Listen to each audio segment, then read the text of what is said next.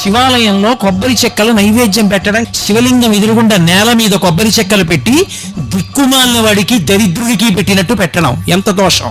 ఏ పళ్ళెం లేదా శివాలయంలో? ఓ పళ్ళెం ఖాళీ చేసి తీసుకొచ్చి అందులో కొబ్బరి చెక్కలు పెట్టి నైవేద్యం పెట్టడం చేత కదా?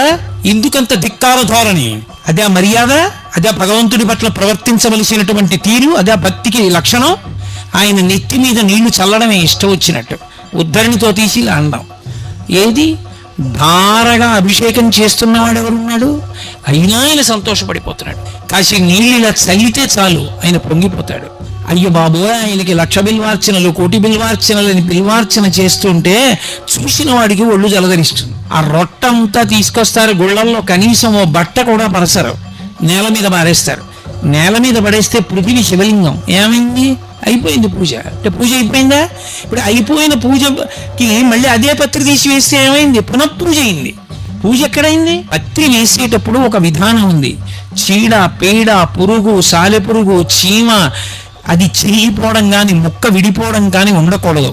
పరమ జాగ్రత్తగా ముచికతోటి 3 ఆకులున్నవి తీసి పళ్ళెంలో పేర్చి ముచిక పైకొచ్చేటట్టుగా పట్టుకుంటే ముచిక ఒక్కటి తీసి ఇలా గుండెలకి చూపించి వేస్తే శివలింగం మీద మారేడు దళం తిరగబడితే ఐశ్వర్యం, బోర్లా పడితే జ్ఞానం. ఏం జరిగినా ఫలితం ఇచ్చేస్తుంది. అలా వెయ్యాలి మారేడు దళాన్ని. ఏది ఇంతంత రొట్ట చేతులతో ఇచ్చి ఆయన మీద విసిరేస్తారు. మనకి ఎంత తెలుసో అంత తెలిసినట్టు ఉపచారం చేయాలి తప్ప తెలిసే కూడా అపచారం పరమేశ్వరుని యందు చెయ్యరాదు. అప్పుడు అది భక్తి అన్న మాట ఎందుకు అవుతుంది? అంతటి ప్రసన్న హృదయుడై చిన్న దోషం కూడా పట్టించుకోకుండా శివా అని పిలిచినంత మాత్రం చేత పొంగిపోయేటటువంటి మనసున్నవాడెవరో వాణ్ణి శివుడని పిలుస్తారు. మహాశివరాత్రి సమయంలో ఎవడు ధ్యానిస్తాడో, ఎవడు దర్శిస్తాడో, ఎవడు శివనామం చెప్తాడో, ఎవడు భక్తితో పూజ చేస్తాడో, ఎవడు ఆ రోజున ఉపవసిస్తాడో, ఎవడు జాగరణ చేస్తాడో, ప్రయత్నపూర్వకంగా నిద్రమాని ఒక రాత్రి ఎవడు శివనామస్మరణ చేశాడో వాడు యమదర్శనాన్ని పొందకుండా ఈ జాగరణ చేత, రోగము చేత జాగరణ చెయ్యవలసిన అవసరం లేకుండా శివుని యందు కలిసిపోతాడు.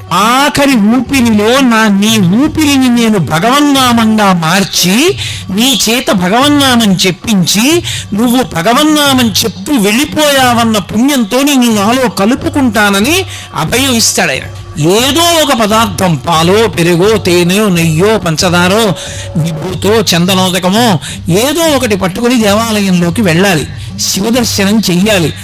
శివనామ స్మరణ చేస్తూ శివస్తోత్రములను చదువుకుంటూ భగవంతునికి సంబంధించినటువంటి స్మరణతో కాలము గడపకపోతే మనుష్య జన్మ నిరర్ధకమైపోతుంది. శివమయమైన కాలము శివుని యొక్క కాలము కనుక ఆ కాలమునకు మహాశివరాత్రి అని పేరు.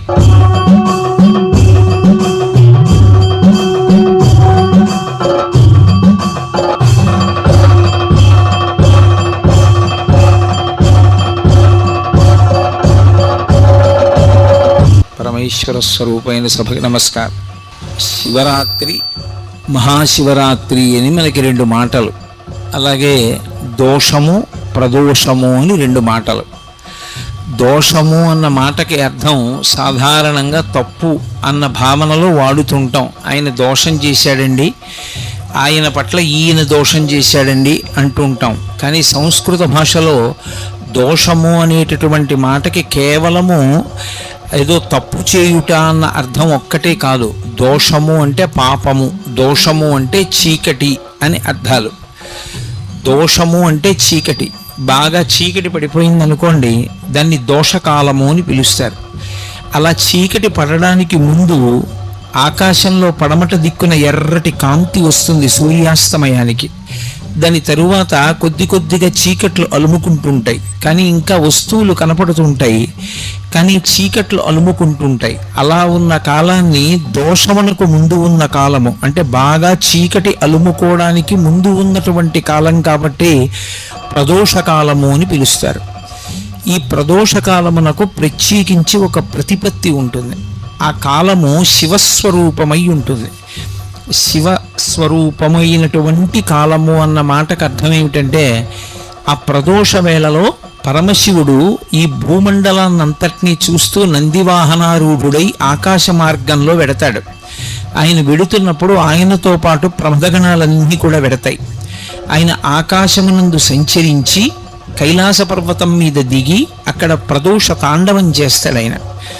అందుకే దేవతలందరూ కూడా ప్రదోష వేళలో శివాలయాన్ని చేరుకుంటారు.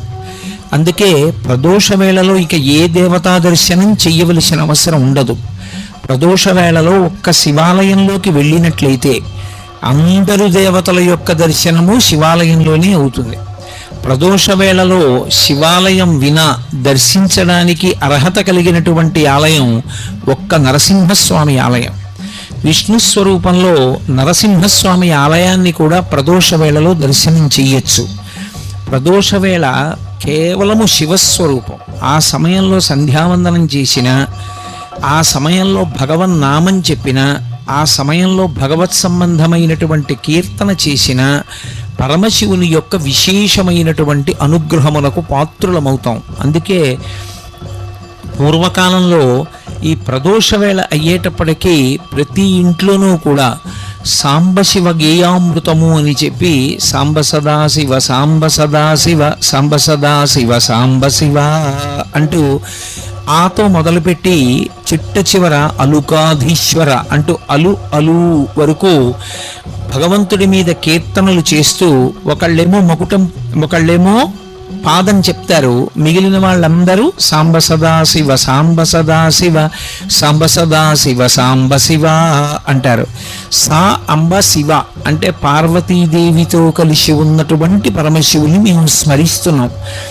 శివస్మరణము అంత గొప్పది, శివభక్తి అంత గొప్పది. అందుకని ప్రదోష వేళ తనంత తానుగా శివ పూజకి సంబంధించినటువంటి కాలమై ఉంటుంది. అందుకే అసలు సూర్యోదయం అవుతున్నప్పుడు నిద్రపోకూడదు. సూర్యోదయం అవుతున్నప్పుడు నిద్రపోయిన వాళ్ళని కూడా క్షమిస్తారేమో కానీ ప్రదోష వేళలో నిద్రపోయినటువంటి వాళ్ళకి మాత్రం క్షమాభిక్ష ఉండదు. ఒక్క పరమ వృద్ధులైనటువంటి వాళ్ళు, గర్భిణీ స్త్రీ, ప్రసవమైనటువంటిది, రోగగ్రస్తమైనటువంటి శరీరం ఉన్నవారు, అలాంటి వారు తప్ప అన్యులు ఎవ్వరూ కూడా ప్రదోష వేళలో నిద్రపోకూడదు. ఎందుకు నిద్రపోకూడదు అంటే ఒక్కటే కారణం. ప్రదోష వేళలో పరమేశ్వరుడు పార్వతీ సహితుడై భూమండలం మీద పర్యటించడమే దానికి కారణం. అలాగే దోషము ప్రదోషము అని వాడినట్టే శివరాత్రి మహాశివరాత్రి అని రెండు మాటలు. నిజానికి మనం మాస శివరాత్రి అని పిలుస్తున్నాం. మాస శివరాత్రి అనక్కర్లేదు, శివరాత్రి. శివరాత్రి అని దేన్ని పిలుస్తారంటే ప్రతి నెలలోనూ కూడా కృష్ణపక్షంలో అంటే అమావాస్యకి ముందు రాత్రి చతుర్దశి తిథి పరివ్యాప్తమై ఉంటే, అంటే రాత్రి 12 గంటల వేళకి చతుర్దశి తిథి ఉండాలి. అలా కానీ ఉన్నట్టయితే దాన్ని శివరాత్రి అని పిలుస్తారు. ఒక్క మాఘమాసంలో వచ్చేటటువంటి మాఘ బహుళ చతుర్దశి ఉన్నటువంటి రాత్రి మహాశివరాత్రి అని పిలుస్తారు. ఈ మాస శివరాత్రి అంటూ ఉంటారు, అదే శివరాత్రి. ప్రతి నెలలోనూ చతుర్దశి రాత్రి ఉన్నటువంటి తిథి నాడు వస్తుంది. అది శివరాత్రి.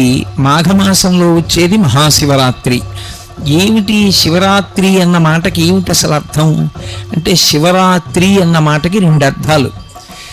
శివునకు సంబంధించినటువంటి శివపరమైనటువంటి రాత్రి అని ఒక అర్థం. విశేషణ పూర్వపద కర్మధారయా సమాసం.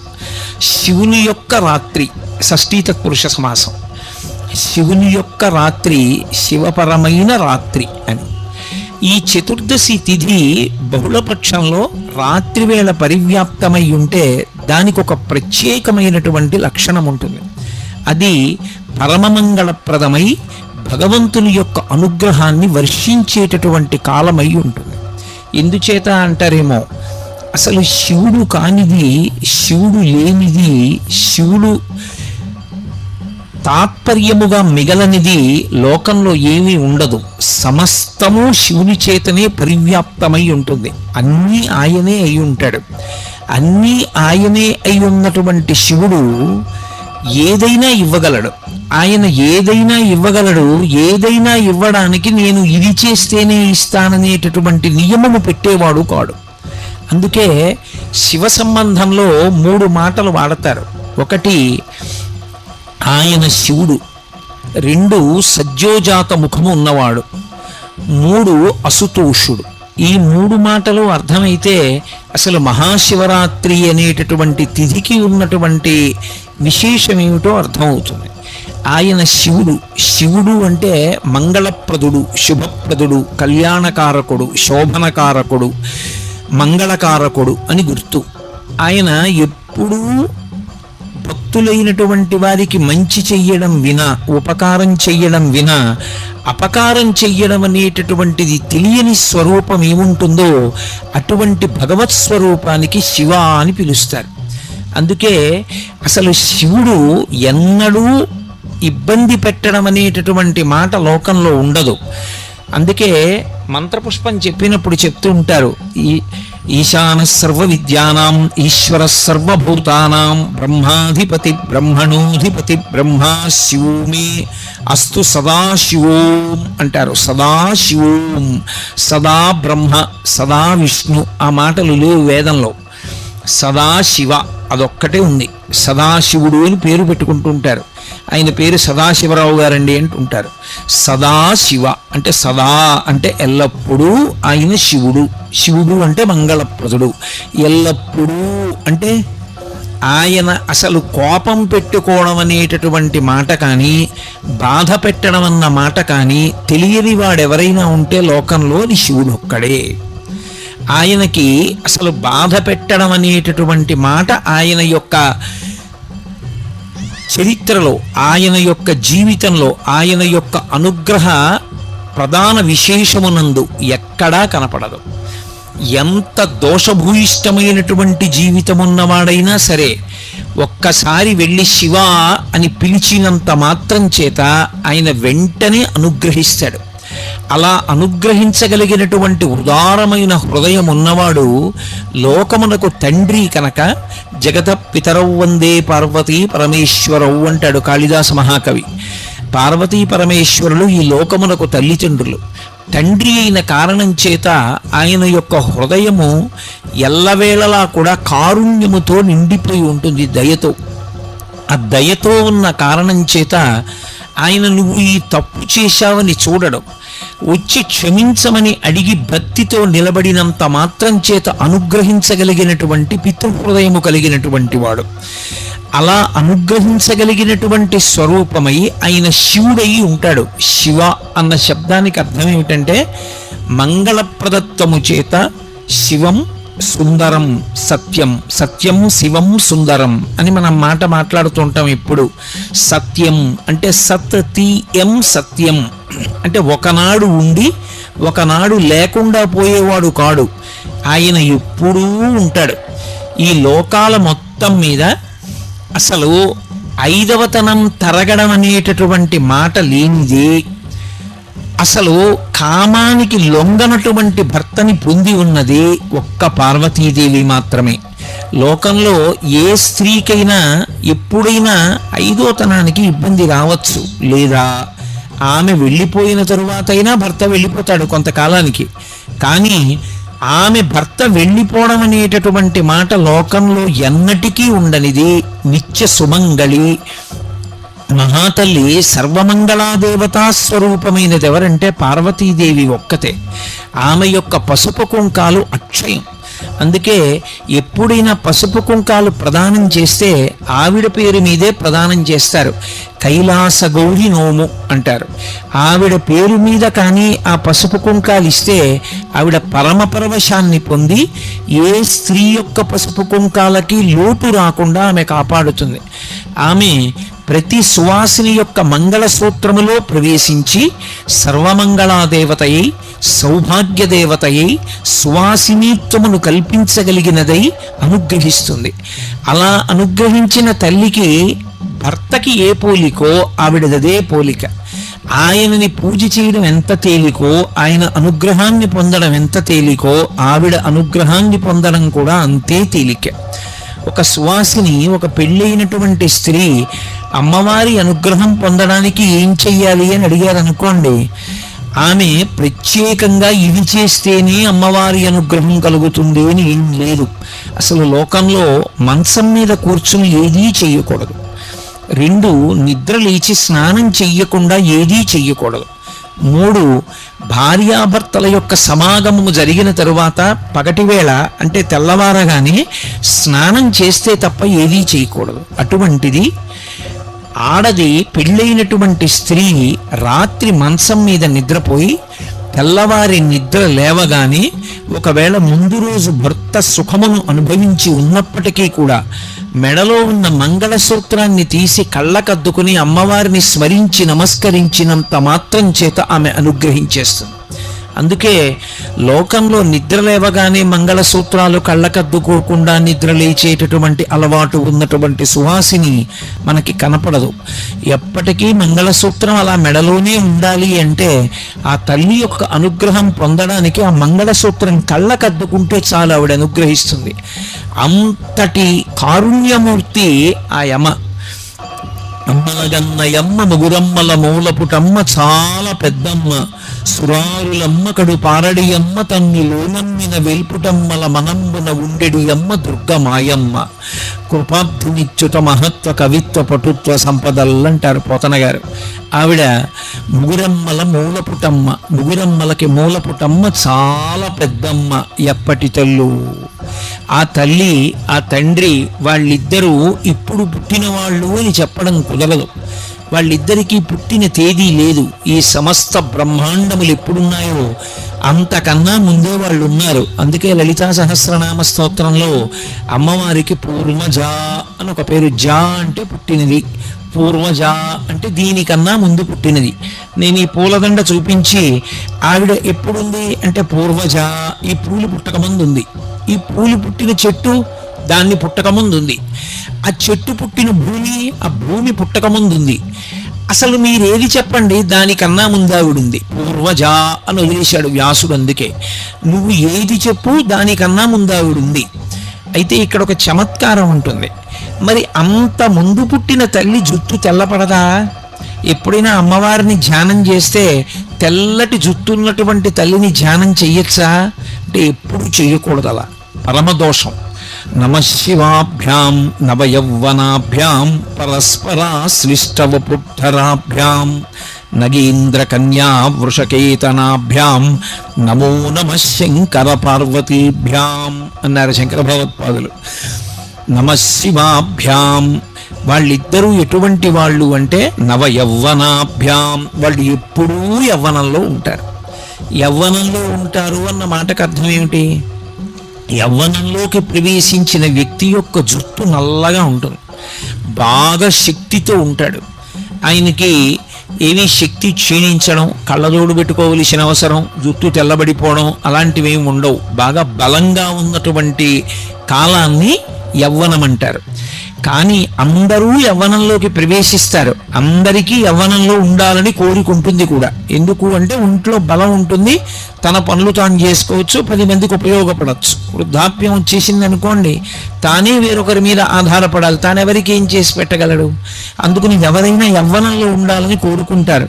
కానీ మనం ఉండగలమా? మనం కోరుకుంటే యవ్వనంలో ఉండలేము. కాలము యొక్క ప్రవాహమునందు మనందరి శరీరములు జర్జరీభూతములవుతాయి. అంటే శరీరమంతా ముడతలు పడిపోయి జుట్టు తెల్లబడిపోతుంది.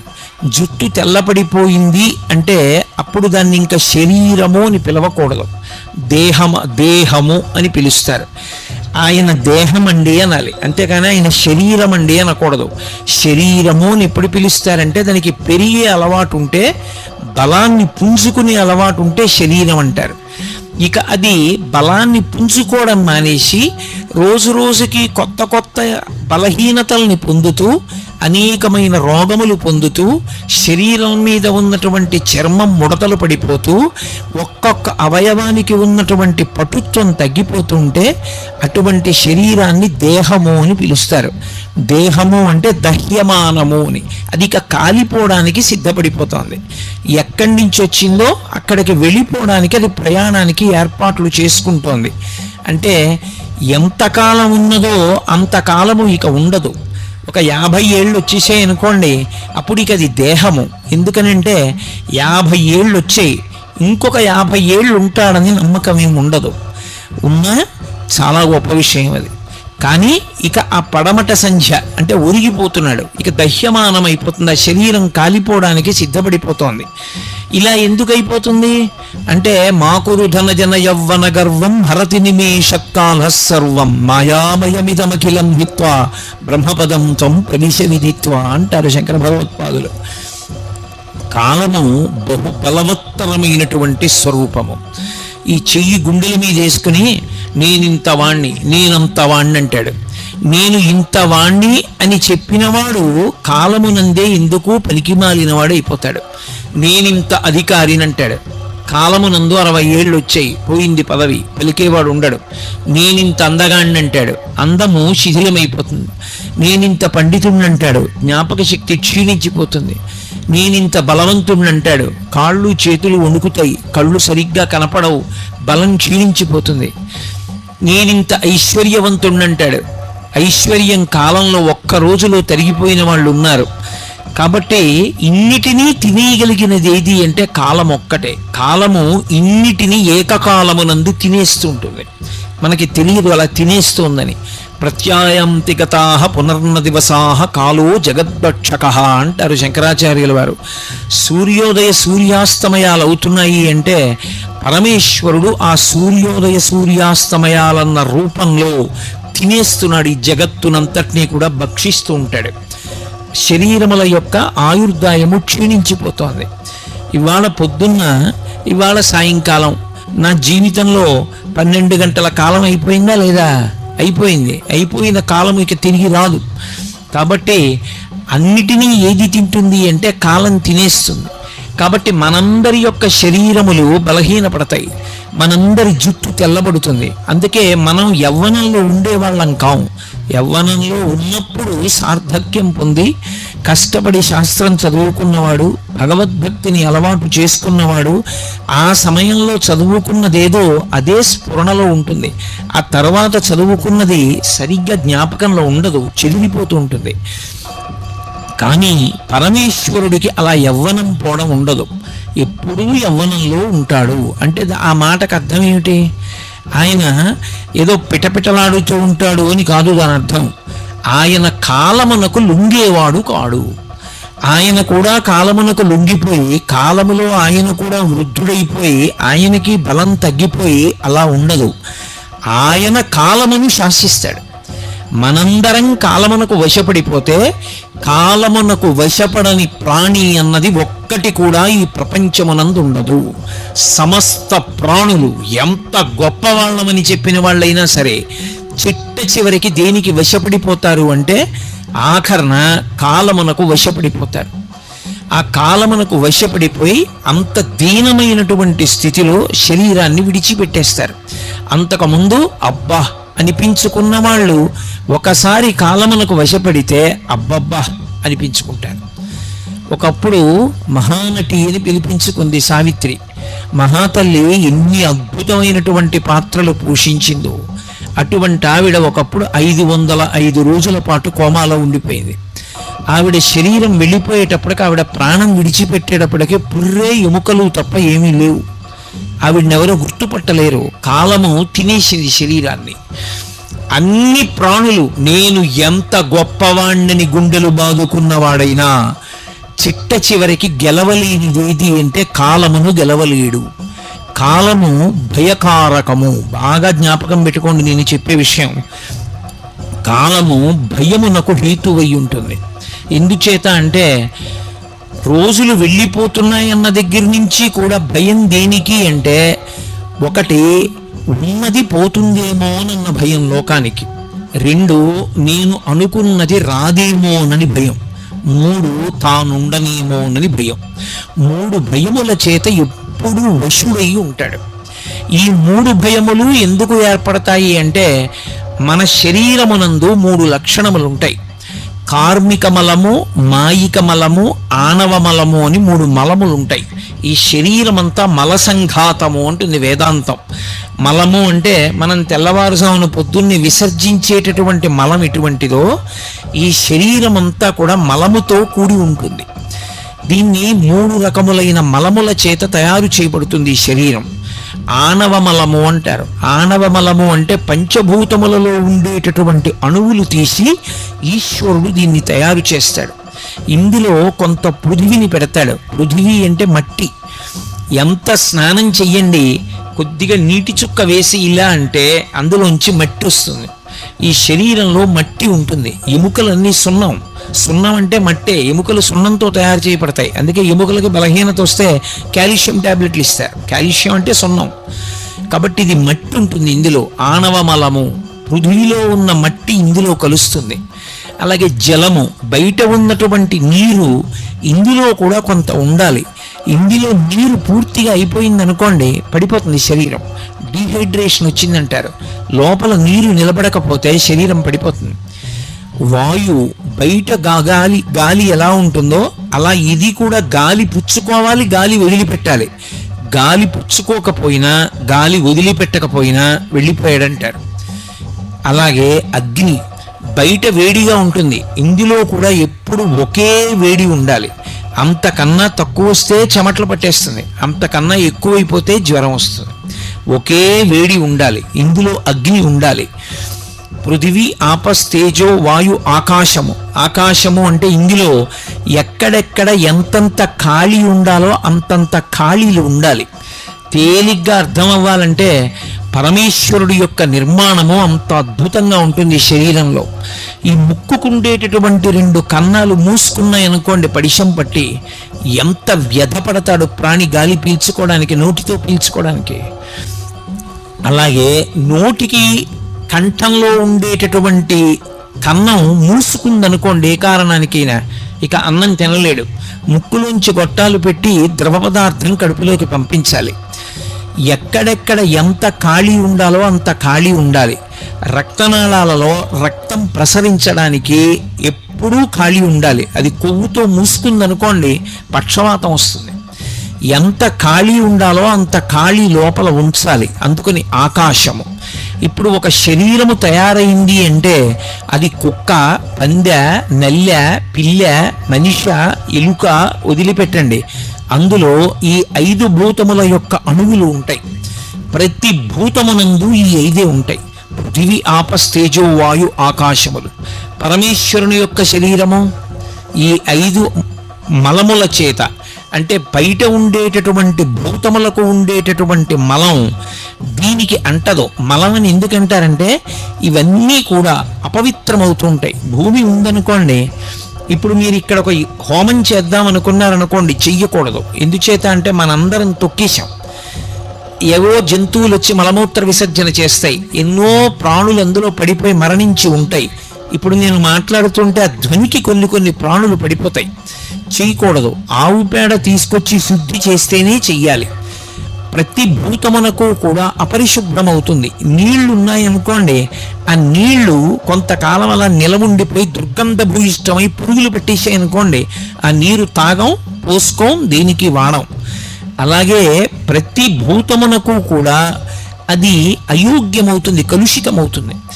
ఈ శరీరమునందు ఉన్నటువంటి 5 భూతములకు కూడా కలుషితమయ్యేటటువంటి లక్షణం ఉంది.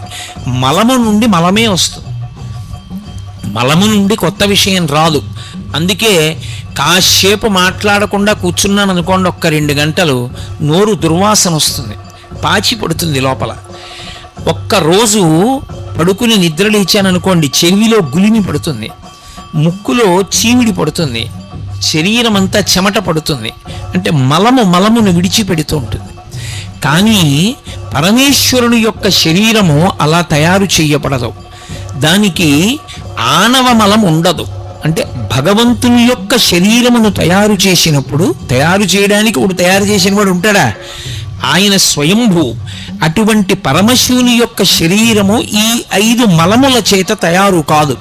అది అప్రాకృత శరీరం తం అతిమన్మథరూపిణం ఘృతరీతి ఘనీభూతం సచ్చిదానంద విగ్రహం అంటాడు లింగ పురాణంలో వ్యాస భగవానుడు. అప్రాకృత శరీరం తం, అది ప్రాకృత శరీరము కాదు, మనలా ఉండదు. పేరుకున్న నెయ్యి ఎలా ఉంటుందో అలా ఉంటుంది. నెయ్యి పేరుకోలేదనుకోండి, దానికి ఏమిటి రూపం అని అడిగారు అనుకోండి, ఏమిటి రూపం? దానికి ఏం రూపం ఉండదు. తీసుకెళ్ళి ఓ చిన్న గిన్నెలో పోసాను అనుకోండి, గిన్నె రూపాన్ని పొందుతుంది. తీసుకెళ్ళి నేను ఓ గరిట్లో పోసాను అనుకోండి, గరిటె రూపాన్ని పొందుతుంది. ఓ చెంచాలో పట్టుకున్నాను అనుకోండి, చెంచా రూపాన్ని పొందుతుంది. నా చేతిలో పోసుకున్నాను అనుకోండి, నా చెయ్యి పట్టినంత గొప్ప రూపాన్ని పొందుతుంది. అసలు దానికి రూపం ఏమి ఉండదు. అదే పేరుకుంటే ఒక రకమైన రంగు, ఒక వాసన అన్నీ తెలుస్తాయి. పేరుకున్న నెయ్యి ఎలా ఉంటుందో అలా రూపము లేనివాడు రూపాన్ని పొందుతాడు. అందుకే పరమశివుడికి 63 మూర్తులు. ఆయనకి అని ఒక రూపం ఉండదు. ఆయన ఎలా కావాలంటే అటువంటి రూపాన్ని పొందుతాడు. అందుకే అప్రాకృత శరీరం తం అతిమన్మధరూపిణం. ఏ రూపం పొందనివ్వండి, 1,000,000 మన్మధులు వచ్చి నిలబడితే ఎలా ఉంటారో అంత అందంగా ఉంటాడు. అతిమన్మధరూపిణం ఘృతరీతి ఘనీభూతం. పేరుకున్న నెయ్యి ఎలా ఉంటుందో అలా ఉంటాడు. సచ్చిదానంద విగ్రహం. మనం కాసేపు నవ్వుతాం, కాసేపు ఏడుస్తాం. ఆయన అలా కాదు, సత్ చిత్ ఆనంద రూపుడు. ఎప్పుడు పరమానందంతో పరమ సంతోషంగా ఉంటాడు. అందుకే ఆయనకి ఆణవ మలము లేదు, మనకి ఆణవ మలం ఉన్నది. రెండవ మలము మనకి కార్మిక మలము అని ఒక మలం ఉంటుంది. కార్మిక మలము అంటే గత జన్మలలో మనం ఏవో పాపపుణ్యాలు చేశాం. పాపపుణ్యాలు దేంతో చేస్తారు? 3 చేత చేస్తారు ప్రధానంగా. ఒకటి శరీరము చేత. ఈ శరీరంతో నేను చెయ్యకూడని తప్పు ఒకటి చేశాను అనుకోండి, ఒక పాపం. ఏదో నిష్కారణంగా ఎవరినో వెళ్ళి కొట్టాను, నాకు బలం ఉంది కదా అని. ఇప్పుడు అది ఒక పాపం కింద వేసుకుంటాడు ఈశ్వరుడు. అలాగే మనసు చేత చేసేటటువంటి పాపం. నేను దొంగతనం చెయ్యక్కర్లేదు, నా ఎదురుగుండా ఉన్న వాళ్ళ మెళ్ళో ఉన్నటువంటి ఓ చంద్రహారం చూసి అబ్బా అది తీసి నేను వేసేసుకుంటే నాకు వచ్చేస్తే అనుకున్నాను అనుకోండి, అప్పుడు అది పాపమే, మనసుతో చేసింది. 3 వాచిక, నోటితో చేసేది. నోరుంది కదా అని అక్కరలేని మాటలన్నీ మాట్లాడడం, పెద్దల్ని అధిక్షేపించడం, ఇతరులు బాధపడేటటువంటి మాటలు మాట్లాడడం, అవన్నీ కూడా వాచికమైనటువంటి పాపములు. ఈ 3 రకములైన పాపములు ఎలా ఉంటాయో పుణ్యములు కూడా అలా ఉంటాయి. ఈ శరీరంతో ఎప్పుడో గుడి చుట్టూ ప్రదక్షిణం చేసి ఉండొచ్చు, ఈ చేత్తో 2 పువ్వులు వేసి ఉండొచ్చు, ఈ 2 చేతులతో ఎవరో మహాత్ములకి త్రికరణ శుద్ధిగా ఇలా నమస్కరించి ఉండవచ్చు. ఆ కారణము చేత కొంత పుణ్యం ఉంటుంది. ఆ పుణ్యం అనుభవించవలసి వచ్చినప్పుడు సుఖంగా ఉంటుంది. పరమేశ్వరుడు సుఖము అన్న మాట ప్రవేశపెడతాడు. పాపం అనుభవంలోకి వస్తే దుఃఖము అనిపిస్తుంది. ఓ రోజు బాగుంటాడు, ఓ రోజు జ్వరం వస్తుంది. జ్వరం వస్తే దుఃఖం, బాగుంటే సుఖం. సుఖ దుఃఖములు పాపపుణ్యముల వలన వస్తాయి. భగవంతుడు ఎందుకు రూపం తీసుకుంటాడు? మనం వచ్చామంటే ఈ శరీరంతో పాపపుణ్యముల యొక్క ఫలితమైన సుఖ దుఃఖములను అనుభవించడానికే వస్తాం. బాగా జ్ఞాపకం పెట్టుకోండి. మీరు ఒక మాట నేను చెప్తాను. సినిమా హాల్లో ఒక ఆయన కూర్చుని ఉన్నాడు అనుకోండి, ఏమిటండి ఇలా వచ్చారు, ఏం చేద్దామని వచ్చారు అని అడిగారు అనుకోండి, ఆయన ఏమంటాడు, నీకు బుద్ధి ఉందా లేదా, సినిమాకి ఎందుకు వస్తారు? సినిమా చూడడానికి వస్తారు. ఒక ఆయన విస్తర దగ్గర భోజనం చేయడానికి కూర్చున్నాడు అనుకోండి, ఏమిటండి ఇలా వచ్చి కూర్చున్నారు అని అడిగారు అనుకోండి, నీకు బుర్ర ఉందా, ఎందుకు వస్తారయ్యా విస్తర దగ్గర కూర్చోడానికి? భోజనం చేయడానికి వచ్చాను. కొన్ని అడగక్కర్లేదు, అలా వచ్చాడు అంటే దాని కొరకు వచ్చాడు. తెలిసిపోతుందా? తెలిసిపోదా? గుడికి వచ్చి మౌనంగా కూర్చున్నాడు అంటే ఏదో ధ్యానం చేసుకుందామని వచ్చాడు. నేను వచ్చాను, ఎందుకు వచ్చాను, ఇక్కడ ఎందుకు కూర్చున్నాను? మీతో పిచ్చాపాటి మాట్లాడడానికే, భగవంతుడి గురించి మాట్లాడడానికి వచ్చాను. ఒక్కొక్కడు కూర్చున్న తీరు బట్టి వాడు ఎందుకు వచ్చాడో తెలిసిపోతుంది.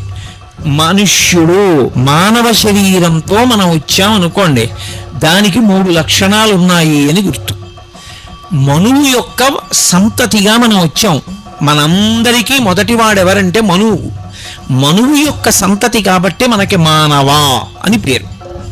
2 మర్త్యుడు అని పేరు. మర్త్యుడు అంటే ఈ శరీరముతో వచ్చినవాడు ఈ శరీరముతో ఎల్లకాలము ఉండడు. ఎప్పుడో అప్పుడు ఆ శరీరం పడిపోయి తీరుతుంది, అది వెళ్ళిపోతుంది, ఆ శరీరం ఉండదు. శరీరము నీటి మీద బుడగ వంటిది. నలినీదలగత జలమతి తరళం తత్వజీవితమతి చయచపలం విద్దివ్యాధ్యభిమానగ్రస్తం లోకం శోకచ హంత సమస్తం అంటారు శంకర భగవత్పాదులు. తామరాకు మీద నీటి బుట్టిటువంటిదో శరీరం అటువంటిది. నిత్యమా జీవితము నీటిపై బుగ్గ అంటారు సారంగధర చరిత్రలో. నీటి మీద బుడగ ఎంతసేపు ఉంటుందో రంగురంగులుగా ఉంటుంది. ఎంతసేపు ఉంటుంది, ఎప్పుడు టొప్పని పేలిపోతుందో తెలియదు. శరీరం ఎంతకాలం ఉంటుంది ఎవ్వరికీ తెలియదు. మర్త్యుడు, శరీరము వెళ్ళిపోతుంది. మూడు, మనుష్య శరీరంలో వచ్చావు అంటే ఒకటి గుర్తు పెట్టుకోవాలి, దుఃఖం ఉండి తీరుతుంది, సుఖం ఉండి తీరుతుంది. కొంతమంది అంటారు, ఏమండి మీరు అలా అంటున్నారు కానీ మాకు ఎప్పుడూ కష్టాలేనండి అంటారు. రామాయణంలో సీతమ్మ తల్లి ఒక మాట అంది, కళ్యాణీ గతమాదేయం లౌకికీ ప్రతిభాతిమా ఏతి జీవంతి మానందో నరం వర్ష శతాదపి అంది. ఎన్ని కష్టాలు పడిన వాడైనా సరే 100 సంవత్సరములు ఓర్పుతో కలియుగంలో ఆయుర్దాయం కనుక 100 ఏళ్లు బ్రతికితే వాడు ఎప్పుడో అప్పుడు చిట్ట చివర ప్రాణం పోయేటప్పుడైనా శుభవార్త విని సుఖాన్ని పొంది మరణిస్తాడు. ఈ శరీరంతో వచ్చాము అంటే సుఖము దుఃఖము రెండూ ఉంటాయి. పూర్తిగా సుఖమే అనుభవించాలి, ఈ శరీరం ఇవ్వరు, దేవతల కింద పంపిస్తారు. అప్పుడు వాడు సుఖం ఒక్కటే అనుభవిస్తాడు, దుఃఖం అనుభవించాడు. కేవలం దుఃఖం అనుభవించాలి, తిరియక్కుగా పంపిస్తారు, వెన్నుపాము అడ్డంగా ఉన్న ప్రాణిగా పంపిస్తారు. కాదు, సుఖము దుఃఖము రెండూ అనుభవించాలి, మనుష్య శరీరం ఇచ్చి పంపిస్తారు. అందుకే మనుష్యునిగా పుట్టినటువంటి ఏ ఒక్కనికి కూడా సుఖము దుఃఖము రెండూ లేకుండా కేవలము సుఖములు కానీ కేవల దుఃఖము కానీ ఉండవు. ఎప్పుడూ అప్పుడు సుఖము దుఃఖము రెండూ ఉంటాయి, రెండూ అనుభవిస్తాడు. అంతేగాని ఏమండి నాకు అస్సలు కష్టం రాకూడదు అన్న మాట అనకూడదు. ఎందుకో తెలుసా, కష్టాన్ని అనుభవించడం అనేటటువంటి దాని వల్ల భగవంతుడు ఒక్క గొప్ప అనుగ్రహాన్ని ఇస్తాడు మనకి. అందుకు ఇస్తాడు ఈ శరీరాన్ని. అది శివుడు చేసేటటువంటి ఉపకారం. ఈ శరీరం ఇచ్చి ఆయన ఒక మహోపకారం చేస్తాడు. ఏమిటా ఉపకారం? నాకు ఈ మధ్య ఓ 10 రోజుల క్రితం ఓ 4 రోజులు జ్వరం వచ్చింది. 4 రోజులు జ్వరం వచ్చిందని గుండెలు బాధేసుకోకూడదు. జ్వరం వచ్చింది అంటే జ్వరము అన్న పేరుతో బాధ పెట్టి, నేను గత జన్మలలో ఎప్పుడో ఎవరో విపరీతమైనటువంటి తాపం పొందేటట్టుగా మాట్లాడి బాధ పెట్టాను. ఆ పెట్టినటువంటి బాధని పాపాన్ని ఇవాళ జ్వరం రూపంలో ఈశ్వరుడు తీసేశాడు. ఈశ్వర, నేను ఏనాడో చేశాను తప్పు, ఇప్పుడు తీసేశావు జ్వరం రూపంలో. 4 రోజులు జ్వరం అనుభవించడం ఇంత కష్టమైతే ఇంకొకటి మనసు బాధపడేటట్టు నేను మాట్లాడకుండా నన్ను అనుగ్రహించు, నా మాట అదుపులో ఉండేటట్టు నన్ను రక్షించు అని నేను చెప్పుకోవాలి. అంతేగాని జ్వరం వచ్చిందండి అని గుడ్డలు బాధేసుకోక్కర్లేదు.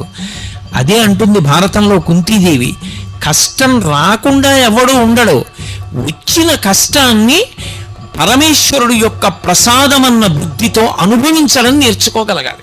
ఈశ్వరుడి పాదాలు విడిచిపెట్టేస్తే ఏమొస్తుంది? ఈశ్వర, ఎప్పుడో తప్పు చేశాను, మీరు కష్టం ఇచ్చారు, కానీ ఓర్చుకోలేను తండ్రి, ఇప్పుడు బుద్ధి వచ్చింది, ఇంత కష్టపెట్టకండి అంటే నమశివాభ్యాం అశుభాపహాభ్యాం, అంత కష్టపెట్టంలేరా, తక్కువ కష్టంతో తీసేస్తాను ఈ పాపం అని పాము కరవవలసిన వాణ్ణి చీమ చేత కరిపించి తీసేస్తాడు ఆయన. కాబట్టి భగవంతుని యందు భక్తి ఎన్నడూ విడిచిపెట్టకూడదు. అలా విడిచిపెట్టకుండా నిలబడగలిగిన వాడెవడో వాడి భక్తి పండినటువంటి భక్తి.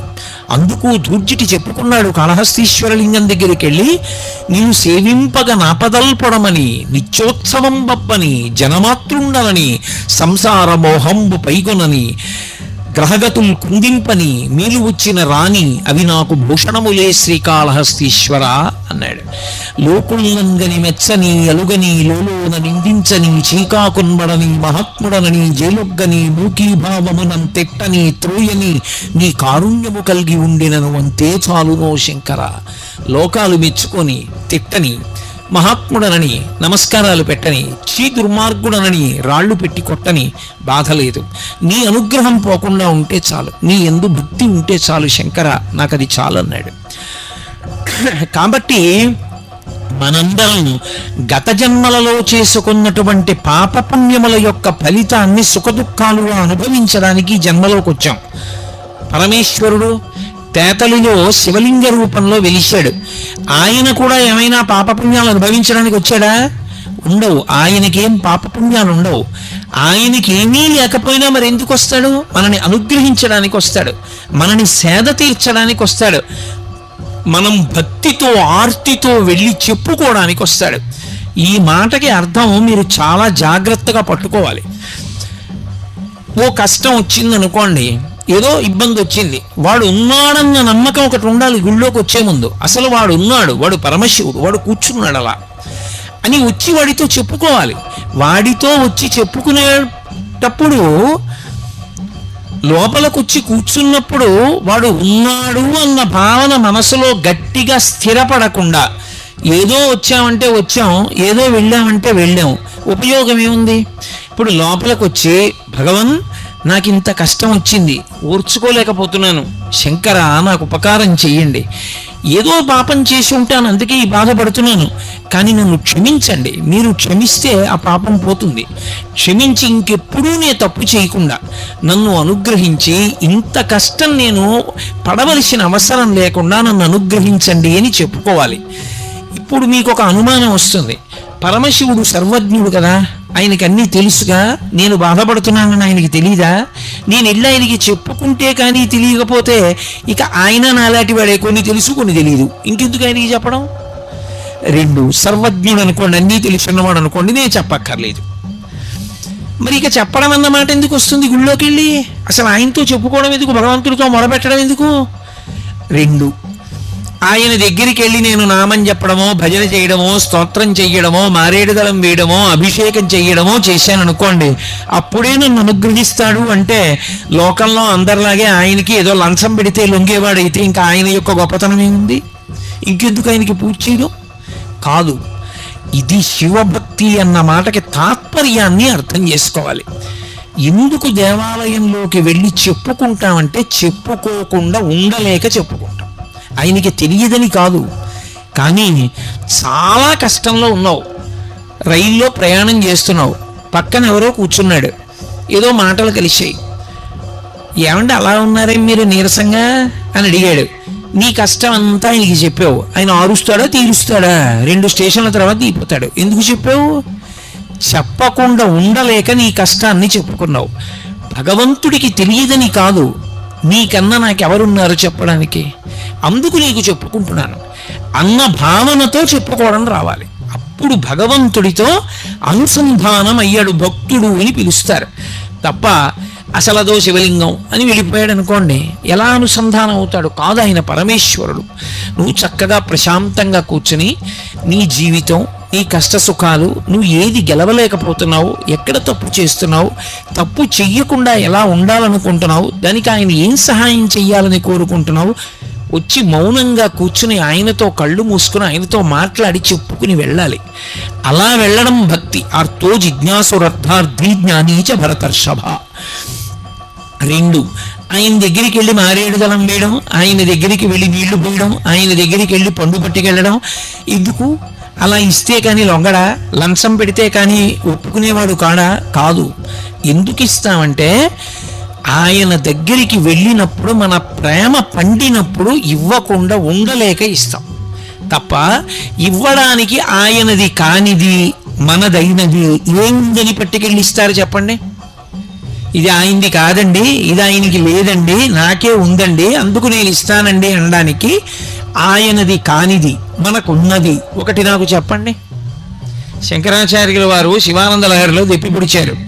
కరస్థే హేమాద్రియౌ కిరీశ నికటస్థే ధనపతౌ శిరస్థే శీతాంశౌ చరణయుగళస్థే అఖిల శుభౌ గృహస్థే స్వర్భూజామరసురభి చింతామణిగణి కమర్థం దాస్యేహం భవతు భవదర్థం మమ మనః అన్నారు.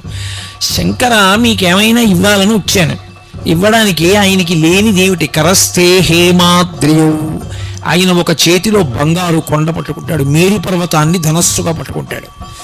ప్రపంచంలో మేరు పర్వతాన్ని ఆధారం చేసుకుని గ్రహాలు కూడా తిరుగుతాయి. అటువంటి మేరు పర్వతం ఆయన చేతిలో ఒక ధనస్సుగా నిలబడి ఉంటుంది. బంగారు కొండ ఆయన దగ్గర ఉంది. ఏమిస్తావు ఆయనకి? ఆయనకు గొలుసు చేయించాలా? ఆయనకు మువ్వల వడ్డానం చేయించాలా? ఆయనకి ఏమి లేదని మనం ఇస్తాం. కాబట్టి ఇవ్వలేము, బంగారం ఇవ్వలేము. అయ్యా మీ దగ్గర బంగారం ఉంది కానండి, ఏ అర్ధరాత్రో 4 రూపాయలు కావాలంటే మీరు ఏటీఎం కౌంటర్కి వెళ్ళాలి కదా, మీ దగ్గర డబ్బులు ఉన్నప్పుడు బంగారం అమ్ముకుందాం అంటే ఎవడు కొంటాడు? అర్ధరాత్రి దొంగలని పట్టుకుంటారు. అందుకని చెప్పి మీకు కొంత డబ్బు ఇద్దాం అనుకుంటున్నానంటారా? గిరీశ నికటస్థే ధనపతవు. ఓ శివ, మీ దగ్గర నవనిధులకు అధిపతి అయినటువంటి కుబేరుడు ఇలా చేతులు కట్టుకుని నిలబడి ఉంటాడు. ఎప్పుడైనా శివుడికి ఏదైనా నేను చేయగలనా అని అప్పటి నుంచి ఇప్పటి వరకు అలాగే నించుని ఉన్నాడు. శివుడికి ఆయన దగ్గర తీసుకోవాల్సిన అవసరం ఉండదు, ఆయనకే శివుడు ఇస్తూ ఉంటాడు. ఇక నేనేమిస్తాను? గిరిశ నికటస్థే ధనపతౌ శిరస్థే సీతాంశౌ. ఆయన తల మీద తదియనాటి చంద్రరేఖ ఉంటుంది. ఎందుకు చంద్రరేఖ? అందరిలా చక్కగా ఏదో మణో ఓ తురాయో పెట్టుకోకూడదు. ఏమిటి చంద్రరేఖ పెట్టుకోవడం ఎందుకు అంటే, చంద్రరేఖ దేనికి గుర్తు అంటే తరిగిపోతూ ఉన్నటువంటి కాలానికి గుర్తు. మనం చాంద్రమానము అని పిలుస్తాం, రోజు తిథి చెప్తాం. ఇవాళ పొద్దున నేను సంధ్యావందనం చేసుకుంటూ మాఘమాసే కృష్ణపక్షే ఏకాదశిమ్యాం అని చెప్పాను. రేపు ద్వాదశిమ్యాం అంటాను, ఎల్లుండి త్రయోదశిమ్యాం అంటాను. ఇలా తిథి చెప్పుకుంటూ వెళ్ళిపోతే అమావాస్య వస్తుంది. తర్వాత కృష్ణపక్షే అన్ను, శుక్లపక్షే అంటాను. శుక్లపక్షంలో చంద్రరేఖలు పెరుగుతాయి, చంద్రకళలు. కృష్ణపక్షంలో తరుగుతాయి. చంద్రకళలు పెరుగుట, చంద్రకళలు తరుగుట అన్న తిథులలో కాలం వెళ్ళిపోతోంది. కాలమునందు మనందరం పడిపోతున్నాం, కానీ వెళ్ళిపోతున్న కాలం అంతా ఆయనకు ఆభరణంగా నిలబడిపోయింది. అది చంద్రరేఖ. ఈ కాలమునందు పడిపోకుండా, కాలమునందు మళ్ళీ పుట్టవలసిన అవసరం లేకుండా, ఈసారి పడిపోవడం ఒక్కటే చిట్ట చివరిసారి పడిపోవడం, ఇక మళ్ళీ పుట్టవలసిన అవసరం ఉండదు. పుట్టి ఉన్నాం కాబట్టి ఇదే ఆఖరిసారి చనిపోవడం. ఇలా చెయ్యగలిగిన వాడెవడు? పరమశివుడు ఒక్కడే. అందుకే పుట్టడానికి కారణమైన మన్మధుణ్ణి కాలుస్తాడు, సావడానికి కారణమైన యముణ్ణి చంపుతాడు. ఈ రెండూ చెయ్యగలిగిన వాడు శివుడు ఒక్కడే. కాబట్టి శివ, మీరు చంద్రరేఖ పెట్టుకుంటారు అంటే ఎవరు మీ పాదములు పట్టుకున్నారో వాడు మళ్ళీ పుట్టవలసిన అవసరం ఉండదు. పునరపి జననం పునరపి మరణం పునరపి జననీ జఠరే శయనం ఇహ సంసారే బహుజుస్తారే కృపయా పారే పాహి మురారే అంటారు. పుట్టుక చావు, పుట్టుక చావు, పుట్టుక చావు. ఇలా పుట్టవలసిన అవసరం లేకుండా మోక్షం ఇవ్వగలిగిన వాడు ఆయన. అటువంటి వాడు కనుక చంద్రరేఖ ధరించి ఉంటాడు. అటువంటి చంద్రరేఖని పరమశివుడు ధరించి ఉంటే శిరస్థే సీతాంశౌ చరణయుగళస్థే అఖిల శుభౌ. ఎవరింట్లోనైనా ఏదైనా శుభకార్యం జరగాలి అంటే ఇది ఎవరి వలన జరుగుతుంది అంటే పరమశివ అనుగ్రహంగా జరుగుతుంది. శుభాలన్నీ ఎక్కడుంటాయంటే పరమశివుడు యొక్క పాదముల మీద పడి ఉంటాయి. ఏమండి మా ఇంట్లో మా అమ్మాయి పెళ్ళవట్లేదు, మా అమ్మాయి పెళ్ళవట్లేదు అన్నాడు అనుకోండి, అన్నిటికీ ఒకటే మందు, వెళ్ళి శివలింగానికి అభిషేకం చేయించుకోండి. ఆయన చల్లబడితే మన మనసు చల్లబడుతుంది. అభిషేకం చేయించుకున్నాడు, ఆయన కాలు ఇలా అంటాడు, అంతే. వెంటనే కూతురు పెళ్లి కుదిరింది అనేటటువంటి మాటతో మంగళతోరణం వచ్చి గడపని పట్టుకుంటాడు. అన్ని శుభాలు ఆయన పాదాల దగ్గర పడున్నాయి. ఆయనకేం శుభం చేస్తాం మనం? ఆయనకి చెయ్యగలిగినటువంటి వాళ్ళం కాం మనం. కాబట్టి చరణయుగళస్తే అఖిల శుభౌ. పోనీయమయా, ఇవన్నీ ఇవ్వలేకపోతే నీకు ఇంకేమైనా ఇస్తాం. గృహస్థే స్వర్భూజామరసరభి చింతామణిగణి.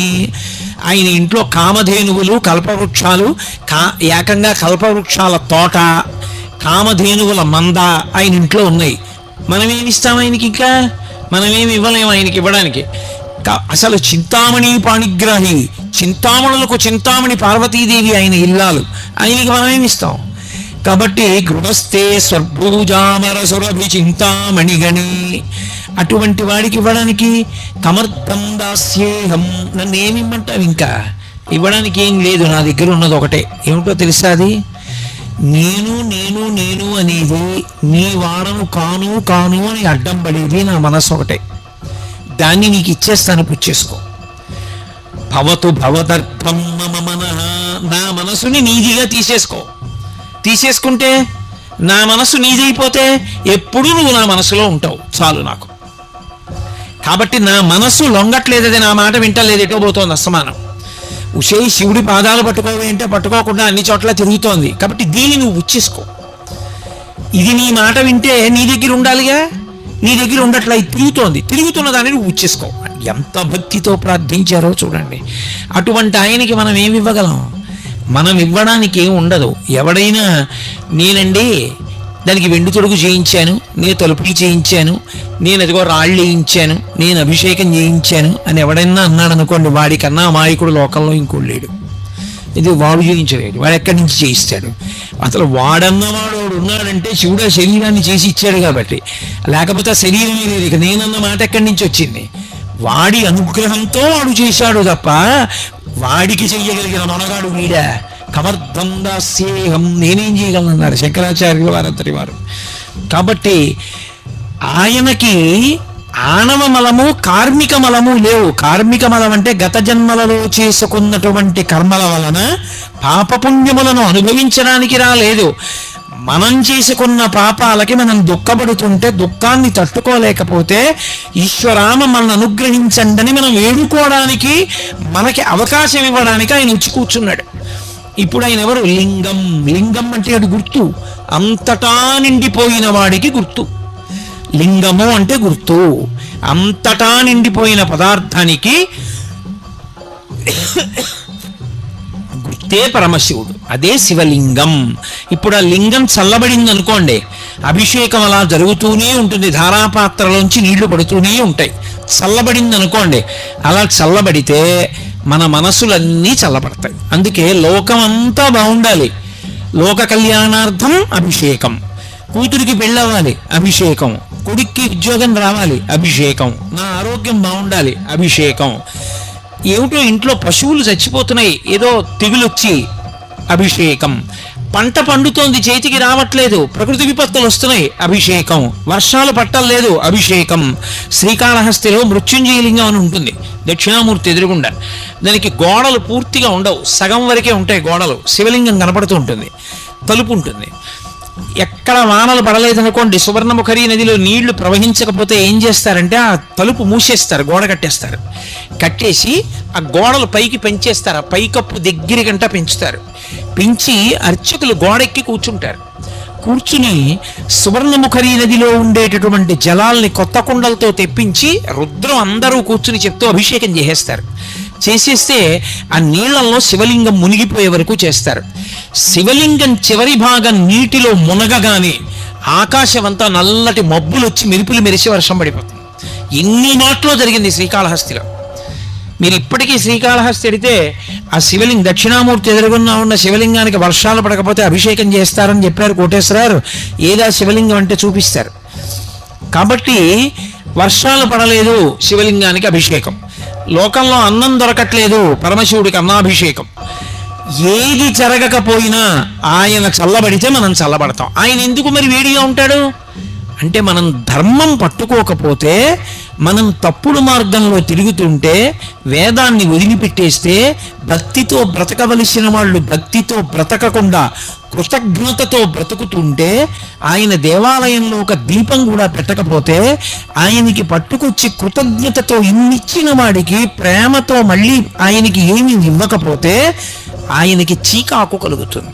తండ్రే అయినా తాను కష్టపడి పెంచి పెద్ద చేసినటువంటి కొడుకు, నాన్నగారు లోపలికి వస్తున్నారు అనుకోండి, ఏదో డబ్బు లెక్క పెట్టుకుంటున్నాడు కొడుకు, నాన్నగారు లోపలికి వెళ్ళారు, ఆయన ఏం అడగలేదు, ఏమిట్రా డబ్బు ఎంత ఎక్కడిది అని ఏం అడగలేదు. కానీ చటుక్కున పెట్టిలో పెట్టి తలుపేసి తిరిగి నించున్నాడు అనుకోండి, ఆ తండ్రికి ఎంత బాధేస్తుంది.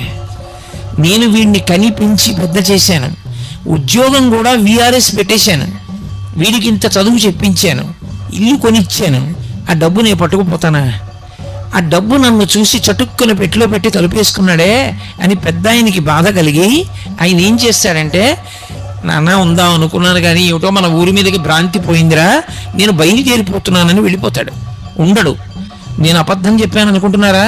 కృతజ్ఞతతో పాపభూయిష్టమైన జీవితంతో భగవంతుడి పట్ల మర్యాదతో బ్రతకకపోతే ఈ దేశంలో భగవంతుడు నడిచి వెళ్ళిపోయాడు దేవాలయాల్లోంచి. అనేక సంఘటనలు జరిగాయి. కంచి నుంచి కామాక్షి వెళ్ళిపోయింది అలా ఒకప్పుడు. కంచిలోంచి కామాక్షి పరదేవత వెళ్ళిపోయి తంజావూరు వెళ్ళిపోయి తంజావూరులో ఉండిపోయింది స్వర్ణకామాక్షి. అందుకే ఇప్పటికీ తంజావూరు స్వర్ణకామాక్షి దగ్గరికి వెడితే ఆవిడ ఎంతో సంతోషపడుతుంది. వీడొక్కడరా, నేను కంచి విడిచిపెట్టి వచ్చేసానని నా కోసం వీడు వచ్చాడు తంజావూరు అంటుంది. స్వర్ణకామాక్షి వెళ్ళిపోయింది. శ్రీరంగం నుంచి రంగనాథుడు వెళ్ళిపోయాడు ఒకప్పుడు. అలా వెళ్ళిపోతేనే కదా ఇవాళ తిరుమలలో రంగనాయకుల మంటపం ఉంది. అక్కడి నుంచి వచ్చేసిన రంగనాథుడు తిరుమలలో రంగనాయకుల మంటపంలో ఉండిపోయాడు చాలా కాలం. భగవంతుడు కూడా దేవాలయాలు విడిచిపెట్టి వెళ్ళిపోయాడు. నేరెళ్ళమ్మ వెళ్ళిపోయింది తూర్పుగోదావరి జిల్లాలోని. అన్నవరం వెళ్ళిపోయింది రత్నగిరి దగ్గరికి. ఎందుకు వెళ్ళిపోతారు దేవతలంటే గుళ్ళల్లోంచి అసహ్యం కలిగితే వెళ్ళిపోతారు. డబ్బు లెక్క పెట్టుకుంటున్న కొడుకు తండ్రిని చూసి డబ్బు దాచుకుంటే అసహ్యించుకున్న తండ్రి తన ఇంటికి తాను వెళ్ళిపోయినట్టే పరమేశ్వరుడు కూడా ఊరి విడిచిపెట్టి వెళ్ళిపోతాడు. అలా వెళ్ళిపోయాడు అనుకోండి, ఉత్పాతములు సంభవిస్తాయి. అందుకే మేమందరం రోజు నీకు ఉపచారాలు చేయట్లేదు, తప్పులే చేస్తున్నాం. అయినా నువ్వు మా కన్న తండ్రివి. ఏమీ తెలియనటువంటి బిడ్డడు మహాపండితుడైనటువంటి తండ్రిని గుండెల మీద కాళ్లతో తంతాడు. అంత మాత్రం చేత కాలు విరిచేస్తాడా తండ్రి? ముద్దు పెట్టుకుంటాడు. మేమందరం తప్పు చేశాం, తప్పు చెయ్యట్లేదని అనలేదు. అందుకే అభిషేకం చేసేటప్పుడు నమస్తే రుద్రమంజవగుతో ఇషవే నమః, నమస్తే అస్తు ధన్వనే బాహుభ్యాముతే నమః అని, అయ్యా మీ చేతిలో ఉన్న ధనస్సుకి నమస్కారం, అయ్యా మీకున్న కోపానికి నమస్కారం, బిడ్డలం ఆ కోపం విడిచిపెట్టేయండి, ఏదో తెలియక తప్పు చేశాం, మమ్మల్ని మన్నించండి. చాలామంది తెలియక ఒక మాట చెప్తుంటారు, రుద్రుడు అంటే రౌద్రమున్నవాడు, కోపంతో ఉంటాడు ఆయన అంటుంటారు. పరమ తప్పు. రుద్రుడు అంటే కోపంతో ఉన్నవాడని కాదు అర్థం. రుద్దు అంటే వేదం, వేదము చెప్పినటువంటి ధర్మముతో బతకాలనేటటువంటి అనుగ్రహమును కల్పించేవాడెవరో ఆయన శివుడు, ఆయన రుద్రుడు. ఈ మాట కొంచెం జాగ్రత్తగా పట్టుకోవాలి. ఆయనకి పశుపతి అని ఒక పేరు. పశుపతి అంటే పశువులకు పతి. ఎవరు పశువులు? మనందరం పశువులమే, మీరేమనుకోకండి. మనందరం పశువులం. ఎందుకని? పశువు అంటే 3 మాటలు ఉంటాయి. ఒకటి రాట ఉంటుంది, 2 తాడు ఉంటుంది, దానితో కట్టబడేటటువంటి జంతువు ఉంటుంది. ఈ 3 ఉంటే పశువు. మనకి కూడా 3 ఉంటాయి. ఏమిటి? రాట జన్మ, పుట్టడం రాట, పాశములు కర్మపాశములు. మనం అనేకమైనటువంటి రజోగుణ తమోగుణ ప్రవృత్తులతో తిరగడమే పశుత్వం. ఇప్పుడు కర్మపాశముల చేత జన్మ అనేటటువంటి స్తంభానికి పశువై కట్టబడి ఉంటాడు. ఎప్పుడైతే పశుత్వం పోయిందో పతి ఒకటే మిగులుతుంది. అప్పుడు పశువు ఉండడు, పతి ఉంటుంది. అంటే ఆయనే శివుడైపోతాడు. కట్టు కట్టడానికి, కట్టు విప్పడానికి ఒక మార్గం ఒకటి ఉంటుంది. ఇది మీకు అర్థమయ్యేటట్టు ఎలా చెప్పాలి అని నేను సతమతం అవుతున్నాను. కట్టు కట్టినటువంటి దాన్ని విప్పడానికి కూడా కట్టే వేయాలి. ఎలా వేస్తారంటే, మీకు పల్లె పట్టు గురించి తెలుసు కాబట్టి కొంత తెలుస్తుంది. ఆ రైతు పొలంలోకి వెళ్ళి సాయంకాలం ఇంటికి తిరిగి వచ్చేస్తూ ఇంట్లో ఉండేటటువంటి ఆవుకి పచ్చిగడ్డి మోపు కడతాడు. తాటాకు తీసుకొచ్చి గట్టిగా మోపు కట్టి ఆ తాటాకు చుట్టూ తిప్పి ఇలా తిప్పేసి ముడేసేసి దాన్ని కిందకి దోపేస్తాడు.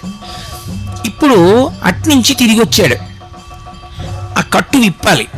ఇప్పుడు ఆ కట్టు విప్పాలనుకోండి, మళ్ళీ అందులోకి వేళ్ళు దూర్పి తాటాకు పైకెత్తి మళ్ళీ వెనక్కి తిప్పక్కర్లేదు. ఓ తాడు తీసుకొచ్చి పచ్చిగడ్డి మోపు కింద నుంచి పెట్టి మోకాలతో నొక్కి తాటితో గట్టిగా ఇలా నొక్కుతాడు. ముడియకుండా దగ్గరగా చేసి ఇలా బిగిస్తాడు. ఇప్పుడు పచ్చిగడ్డి బాగా బిగుసుకుంటే వేసిన కట్టు ఊడిపోతుంది, వదిలిపోతుంది, దాన్ని లాగేస్తారు. ముడేశాడా తాడు? వేయలేదు, తాడిలా అంటాడు. ఇప్పుడు ముడేశాడా? వెయ్యడు. ముడి వేయకుండా కట్టు మీద కట్టులా తాటిని బిగించి ఉన్న కట్టు వదిలిపోయేటట్టు చేస్తాడు. అలా కట్టు ఉన్నంతకాలం కర్మపాశములు పట్టి ఉన్నంతకాలం పశువు. ఆ పాశం పోవాలంటే, కట్టు పోవాలంటే ఆయన ఓ పని చేస్తాడు. పైన పెద్ద కట్టుతో నొక్కుతాడు. ఏమిటా కట్టు అంటే ధర్మం. ఇప్పుడు ఆయనే చేస్తాడు, భక్తుడు కూడా. ఏమిటి చేస్తాడంటే ధర్మం కోసమే చేస్తాడు ఏది చేసినా.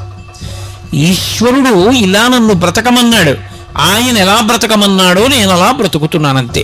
అదే కర్మ తప్ప ఇంకా ఆయనకేం కోరికలు ఉండవు. మీరు తరచుగా పురాణాల్లో ఒక మాట వినుంటారు. ఎప్పుడైనా ఋషులు తపస్సు చేసుకుంటున్నారు అనుకోండి, దేవతలు వెంటనే ఇంద్రుడు అప్సరసల్ని పంపిస్తాడు వాళ్ళ దగ్గరికి. ఏదో వసంత ఋతువుని కల్పిస్తాడు, వాళ్ళ దగ్గరికి వసంతుణ్ణి పంపిస్తాడు, మన్మధుణ్ణి పంపిస్తాడు, వాళ్ళ తపస్సు భగ్నం చేసేస్తూ ఉంటాడు. ఎందుకు ఆ పిచ్చి?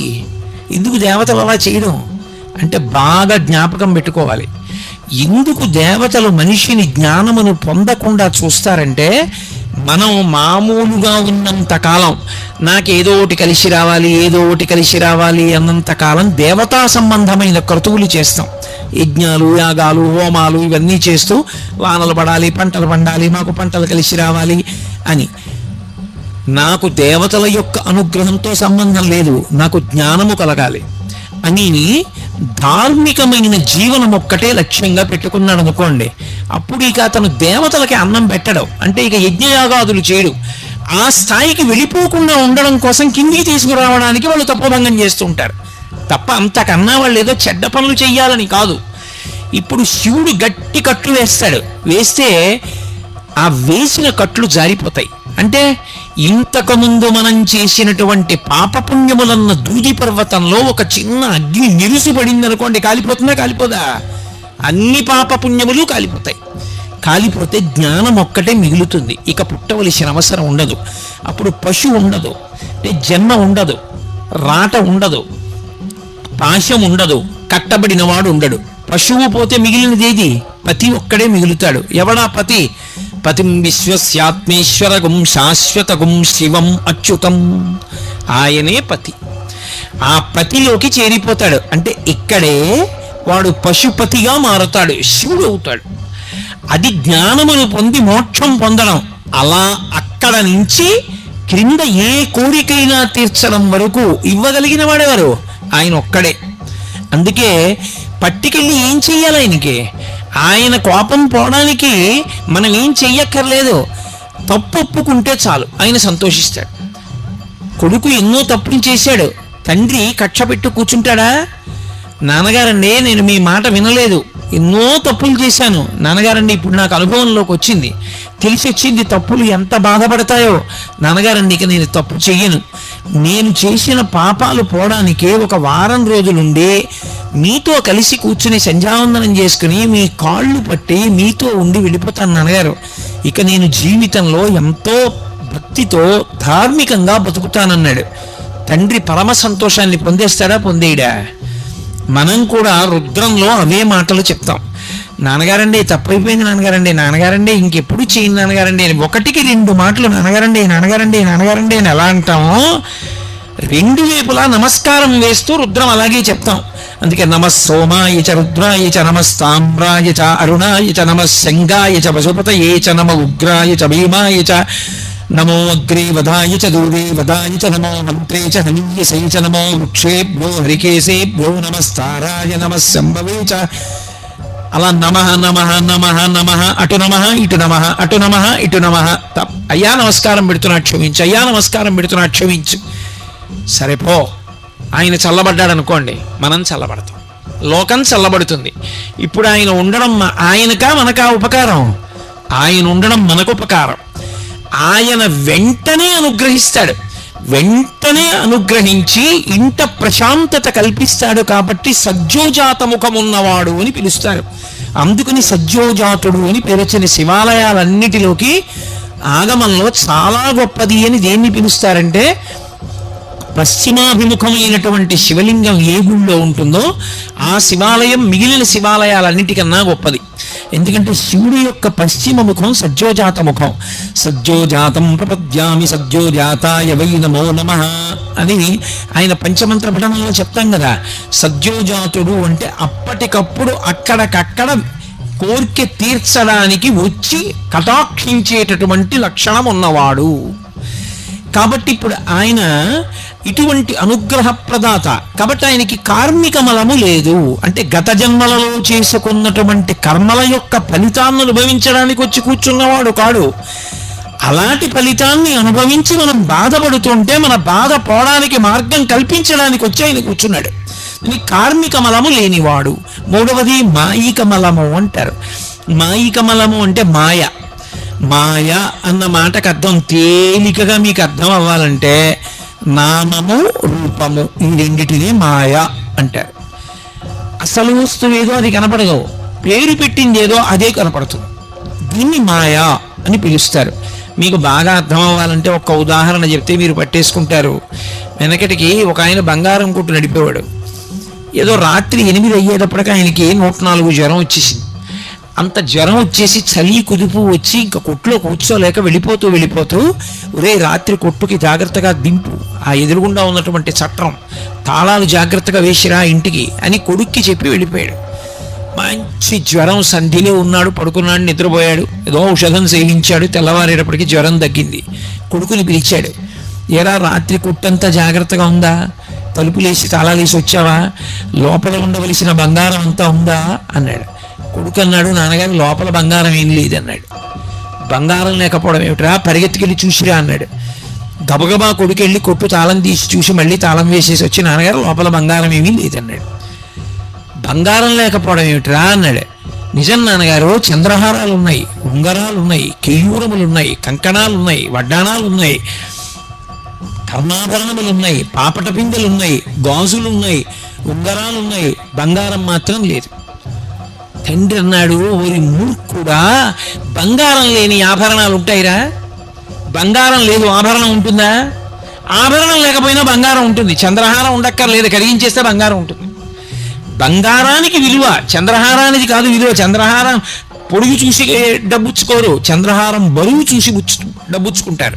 అందులో ఎంత బంగారం ఉంది చూస్తారు. బంగారం ఇవ్వకుండా చంద్రహారం ఇవ్వండి అంటే ఇస్తారా? చంద్రహారం లేకపోయినా బంగారం ముద్దగా ఇంట్లో పెట్టుకోవచ్చు, అంతే విలువ. ఒరే, ఉన్నది బంగారమేరా, చంద్రహారాలుగా, గొలుసులుగా, ఉంగరాలుగా, కేయూరములుగా, పాపట పిందులుగా ఉంది. బంగారం లేదంటావే మూర్ఖుడా, ఉన్నది ఆభరణములు, బంగారమే. కొడుకు అన్నాడు, బంగారం ఎక్కడుందండి? చంద్రహారాలు ఉన్నాయి, గొలుసులు ఉన్నాయి, ఉంగరాలు ఉన్నాయి, బంగారం బంగారం అంటారేంటి? ఒరే, బంగారమేరా చంద్రహారాలు గొలుసులైంది. అలాగే ఉన్న ఆ ఒక్క పరమాత్మయే ఇన్ని రూపాలు పొందాడు. సహస్రశీర్షా పురుష సహస్రాక్ష సహస్రపాత్. ఇన్ని రూపాల్లో ఉన్నవాడు వాడొక్కడే. మాయ అంటే అంతటా ఉన్నది వాడొక్కడే అని అనుకోకుండా వాడు వీరు వీరు వేరు అనుకుని పేరు చెప్పి మాయలో పడిపోడు. మాయలో పడిపోయి అక్కర్లేని పాపాలన్నీ వాడు పాడవ్వాలి, నేను బాగుండాలి, నాది గట్టి నీది అవుటు, ఇలా ఉండేటటువంటి ప్రవృత్తికి మాయా అంటారు. ఆ మాయ చేత మనం మళ్ళీ మళ్ళీ పుడుతూ ఉంటాం. ఆ మాయ లేనివాడు ఆయన. అందుకని మాయిక మలము ఆయనకి లేదు, మాయిక మలము మనకుంది. కాబట్టి ఆణవ మలము, కార్మిక మలము, మాయిక మలము మూడిటితో తయారైన వాళ్ళం మనం. ఈ మూడు మలములు లేకుండా తయారైన వాడు పరమేశ్వరుడు. తయారైన వాడన్న మాట కూడా వాడకూడదు, ఆయన యందు లేవు అంతే. అటువంటి వాడు ఆయన కానిది ఒకటి ఉన్నది అని చెప్పడం కుదరదు. అసలు ఆయన కానిది ఇది ఉందండి, శివుడు కానిది ఏదైనా ఉందా అని నేను అడిగాను అనుకోండి, మీకు లోకంలో నేను ఒకటి చూపిస్తాను, శివుడు కానిది ఒకటి ఉన్నదే అని చెప్పడానికి ఏదీ లేదు. శివుడే అష్టమూర్తి అని పిలుస్తారు. శివుడే మనం ఈ కంటితో చూడడానికి వీలుగా 8 రూపములను పొందుతాడు. అయితే చిత్రం ఏంటంటే, ఈ 8 రూపాలని కూడా పూర్తిగా పూర్తి చేయడం ఎవరికీ సాధ్యం కాదు. అందులో మొదటిది భూమి, రెండవది నీరు, మూడవది నిప్పు, నాలుగవది వాయువు, ఐదవది ఆకాశం, ఆరవది సూర్యుడు, ఏడవది చంద్రుడు, ఎనిమిదవది జీవుడు. నేను అనుకుంటుంటానే జీవుడు, ఆ జీవుడు 8వది. ఈ 8 శివుని యొక్క మూర్తులు, అందుకే అష్టమూర్తులు అని పిలుస్తారు. భూరంభం శనలో నిరోంబర మహార్నాథో హిమాంసు పుమాన్ ఇత్యాభాతి చరాచరాత్మకమిదం యస్యైవ మూర్త్యష్టకం నాణ్యత్కించన విద్యతే విశతాం యస్మాత్ పరస్మాద్ విభూ తస్మై శ్రీ గురుమూర్తయే నమ ఇదం శ్రీ దక్షిణామూర్తయే అంటారు శంకర భగవత్పాదులు దక్షిణామూర్తి స్తోత్రంలో. ఈ 8గా ఉంటాడు. ఇప్పుడు నాకు ఒకటి చెప్పండి, ఈ 8 కానిది ఒకటి ఏమైనా ఉందా లోకంలో? ఉండదు. 8 ఉంటాయి. పృథివీ భూమి శివస్వరూపం. ఇప్పుడు నాకు చెప్పండి, అసలు మనం అనుభవిస్తున్నటువంటి సుఖమన్న మాట ఏది ఉన్నా శివుని యొక్క ఉచ్ఛిష్టమే. శివుని వలననే సుఖం ఉన్నది. ఈ భూమి లేదు, ఎక్కడ నిలబడతావు? ఈ భూమి లేదు, పంట ఎక్కడి నుంచి వస్తుంది? ఈ భూమి లేదు, ఇల్లు ఎక్కడ కడతావు? ఈ భూమి లేదు, భూమిలోంచి బొగ్గు రాకపోతే, భూమిలోంచి పెట్రోల్ రాకపోతే, భూమిలోంచి ఇల్లు రాకపోతే కారు ఎక్కడి నుంచి తయారు చేస్తావు? విద్యుత్ శక్తి ఎలా తయారు చేస్తావు? నీరు లేదు, ఏం తాగి బతుకుతావు? పంట పండకపోతే ఏం తిని ఈ జీవరాశులన్నీ జీవిస్తాయి? గాలి లేదు, అసలు ప్రపంచం ఎలా నిలబడుతుంది? నిలబడదు. అగ్ని లేదు, ఎలా బ్రతుకుతుంది ప్రపంచం? ఉండదు. పృథివీ ఆపస్తేజోవాయు ఆకాశములు ఆయనే. ఆకాశముగా అంతటా నిండిపోయినవాడు. వ్యోమవత్యప్తదేహాయ దక్షిణామూర్తయే నమః. ఆకాశమై నిండిపోయినవాడు ఆయనే. సూర్యుడిగా ఉన్నవాడు ఆయనే. సూర్యుడుగా ఆయన లేడనుకోండి, అసలు లోకానికి ఆరోగ్యం ఎక్కడుంటుంది? ఆరోగ్యం భాస్కరాదిచ్చేత్. సూర్యకిరణముల యొక్క స్పర్శ వలన రోగకారకములైనటువంటి జీవులు చనిపోతాయి. సూర్య కిరణములు పడితే చాలు ఆరోగ్యం లభిస్తుంది. అందుకే పూర్వం కేవలముగా సూర్యకిరణములు పడినటువంటి పదార్థములను కొన్నింటిని తినేవారు. ఆ పదార్థములు తినకుండా ఉండేవారు కాదు. రేగుడియాలని పెట్టేవారు ప్రత్యేకం. అవేమి ఆ నూనెలోనో ఎందులోనో వేయించరు. రేగుపళ్ళు తీసుకొచ్చి సూర్యకిరణాల్లో పెడతారు, గట్టి పడతాయి. ఆ రేగు ఉడియాలు దాచుకుని ఆ ఉడియం తినేవారు. అసలు ఈ గడ్డంతా రేగు చెట్లతో కూడుకున్నటువంటిది. ఆ రేగు పండు తింటే సూక్ష్మక్రిములు నశిస్తాయి, అది ఆరోగ్యకారకం. అలాగే అప్పడం ఒత్తి సూర్యకిరణాలకు ఎదురుగుండా తీసుకొచ్చి పెడతారు. పెడితే సూర్యకిరణముల చేత అప్పడం ఎండుతుంది. ఆ ఎండిన అప్పడాన్ని తీసుకెళ్లి డబ్బాలో పెట్టి ఉంచుతారు. ఎన్ని నెలలు ఉంటుంది? పాడవదు. సూర్యకిరణములు తగిలితే సూక్ష్మక్రిములు పోయి నిలవ ఉండే శక్తి వస్తుంది. సూర్యకిరణములే ఆరోగ్యమునకంతటికీ కూడా కారణము. అటువంటి సూర్యబింబంగా ఉండేటటువంటి వాడు పరమశివుడు. ఏది? ఆయన వంక చూస్తూ ఓ రోజు పొద్దున్నుంచి సాయంకాలం వరకు పూజ చేయి, సాధ్యమా? అసలు పువ్వును విసిరింది ఆయన మీద పడుతుందా? నువ్వు వేసిన నీళ్లు ఆయన మీద పడతాయా? చెయ్యలేవు. పృథివీకి అంతటికీ పూజ, ఈ భూమండలానికి అంతటికీ పూజ చేయగలవా? చెయ్యలేవు. ఉన్న నీటికి అంతటికీ పూజ చెయ్యలేవు. గాలికంతటికీ పూజ చెయ్యలేవు. ఆకాశానికి అంతటికీ పూజ చెయ్యలేవు.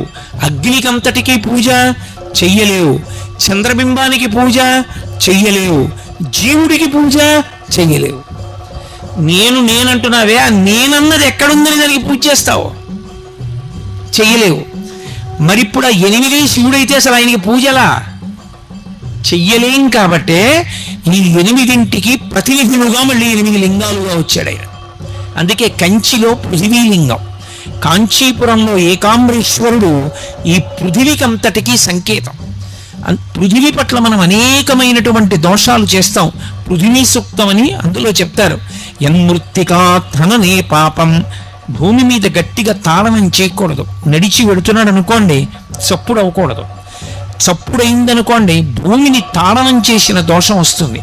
నిష్కారణంగా భూమిని తవ్వకూడదు. కారణం లేకుండా పుల్ల ముక్కెట్టి, గోళ్ళెట్టి, వేళ్ళెట్టి, కాళ్ళెట్టి మట్టి తవ్వాడనుకోండి, దోషం వస్తుంది. మృత్తికని నిష్కారణంగా కొట్టకూడదు. మృత్తిక మీద ఎక్కడ పడితే అక్కడ మలమూత్ర విసర్జన చేయకూడదు. ఈ దోషములు పోవాలంటే పృథివీలింగానికి పూజ చేయాలి. ఆయన్ని దర్శనం చేసి నమస్కరించాలి. కంచిలో పృథివీలింగం అయి ఉన్నాడు. మట్టి దేనికి కరిగిపోతుంది? నీటికి కరిగిపోతుంది. మట్టి మీద నీళ్లు పోసామనుకోండి, కరిగిపోతుంది. మరి పృథివీలింగం అయితే దాని మీద అభిషేకం ఎలా? నీళ్లతో ఎలా అభిషేకం చేస్తారు? అందుకే కంచిలో పృథివీలింగానికి నీళ్లతో అభిషేకం చేయరు, మల్లె నూనెతో అభిషేకం చేస్తారు. ఒక్క మల్లె నూనె పోస్తారంతే ఏకాంబరేశ్వర లింగం మీద. మీరు ఇప్పటికీ కంచి వెడితే పక్షి గూడులా ఉంటుంది. దేంతో అభిషేకం చేస్తారండి అని అడిగారు అనుకోండి, అక్కడికి గంగాజలాలు అవి పట్టుకెడితే చేరు. ఒక్క మల్లె నూనెతో అభిషేకం చేస్తారు. జలములు, ఈ నీరంతా కలిపి జంబుకేశ్వరంలో ఉంది శివలింగం, జలలింగం అంటారు. ఆ శివలింగం దగ్గర నీరు ఊరుతూ ఉంటుంది, కానీ ఎవరి మీద చల్లరా నీటిని తోడేసి పక్కన పోసేస్తుంటారు. నీటికంతటికీ ఆయన గుర్తు జలలింగం. అరుణాచలం అగ్నిలింగం, చిదంబరం ఆకాశలింగం. అలాగే కంచిలో పృథివీలింగం, జంబుకేశ్వరంలో జలలింగం, అరుణాచలంలో అగ్నిలింగం, చిదంబరంలో ఆకాశలింగం. పృథివీ ఆపస్తేజో వాయు ఆకాశములు. శ్రీకాళహస్తిలో వాయులింగం. అందుకే ఇప్పటికీ ఈ భూమి మీద ఉన్న గాలి అంతా నేనే అని చెప్పడం కోసమని కాళహస్తీశ్వర లింగానికి ఎదురుగుండా పెద్ద ప్రమిదలో 2 ఒత్తులు వెలుగుతూ ఉంటాయి. మిగిలినటువంటి దీపాలన్నీ అలా నిలబడి ఉంటాయి. ఈ ఒక్క 2 ఒత్తులు శివలింగానికి ఎదురుగుండా ఉంటాయి. గాలి అంతా ఏది అంటే ఆయన ఉచ్ఛ్వాస నిశ్వాసలు. ఆయన విడిచిపెట్టి పీల్చే గాలి ప్రపంచమంతా ఉంటుంది.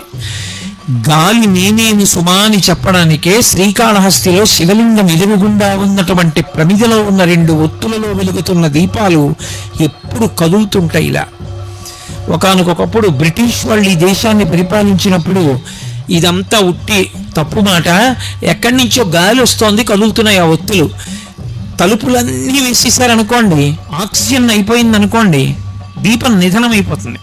ఏదో చిన్న ఒత్తి వేసి ఓ గాజు ఇది అడ్డు పెట్టేదానికి పైన చిన్న జాగా ఉంటుంది, దాని మీద మూత పెట్టేశారనుకోండి, లోపల ఉన్న ఆక్సిజన్ అయిపోతే దీపం నిధనం అయిపోతుంది, ఆరిపోతుంది. శ్రీకాళహస్తిలో అలా జరుగుతుంది అని ఏం చేశారంటే బ్రిటిష్ వాళ్ళు తలుపులన్నీ వేసేశారు. మేము చూస్తాం ఎందుకు ఆరిపో దీపాలని.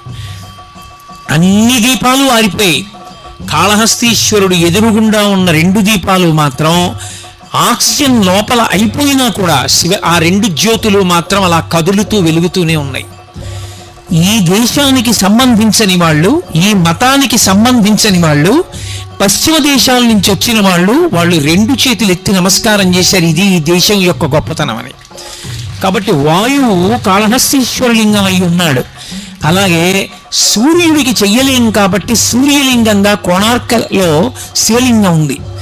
అలాగే చంద్రుడికి పూజ చేయలేం కాబట్టి చంద్రలింగంగా ఒరిస్సాలో సీతాకుండంలో వెలిశాడు.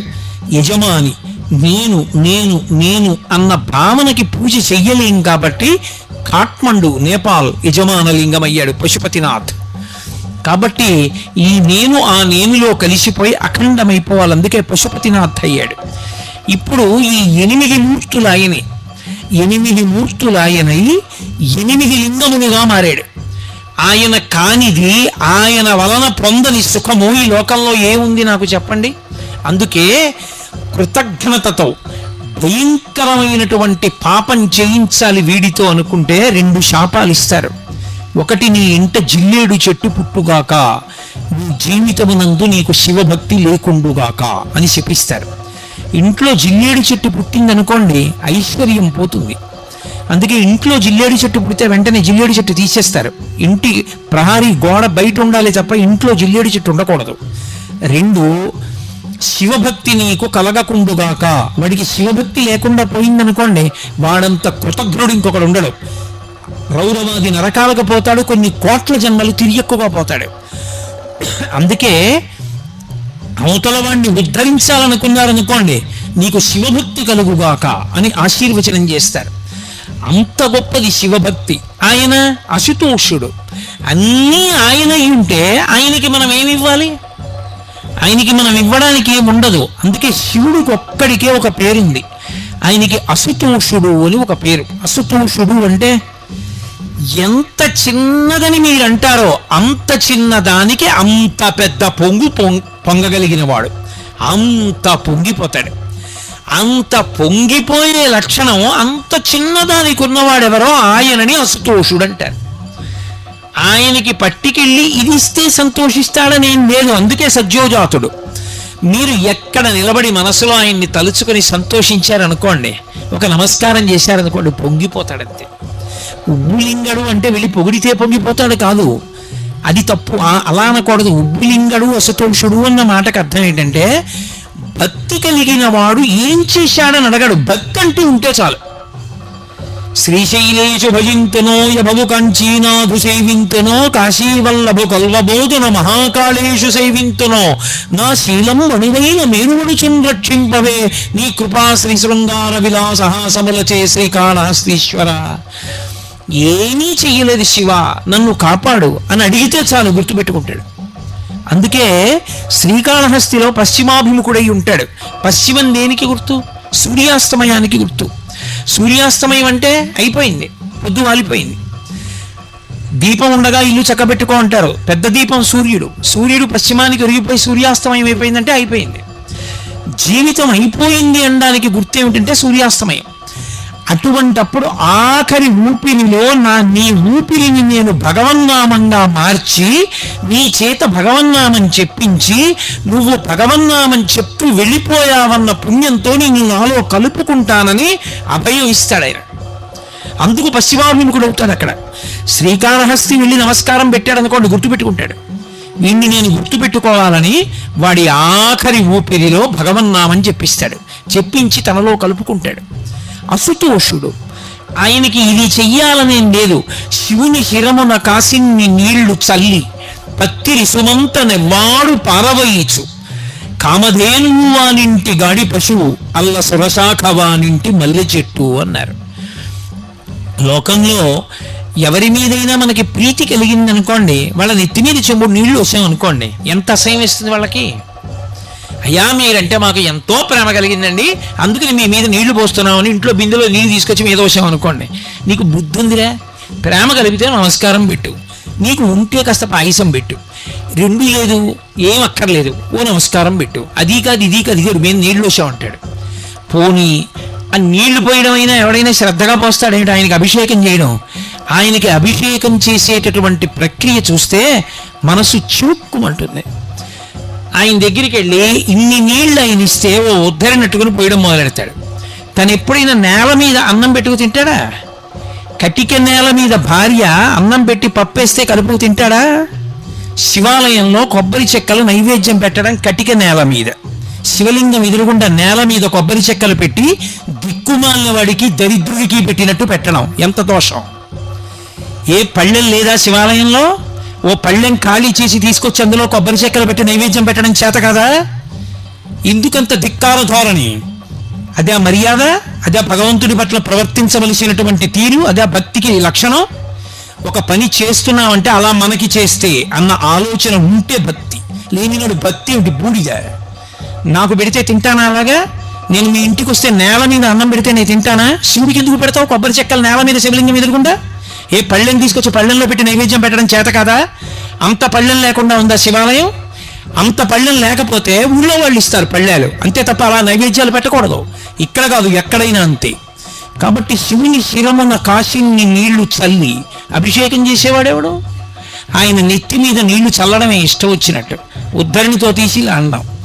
ఏది ధారగా అభిషేకం చేస్తున్నవాడు ఎవరున్నాడు? అయినా ఆయన సంతోషపడిపోతున్నాడు.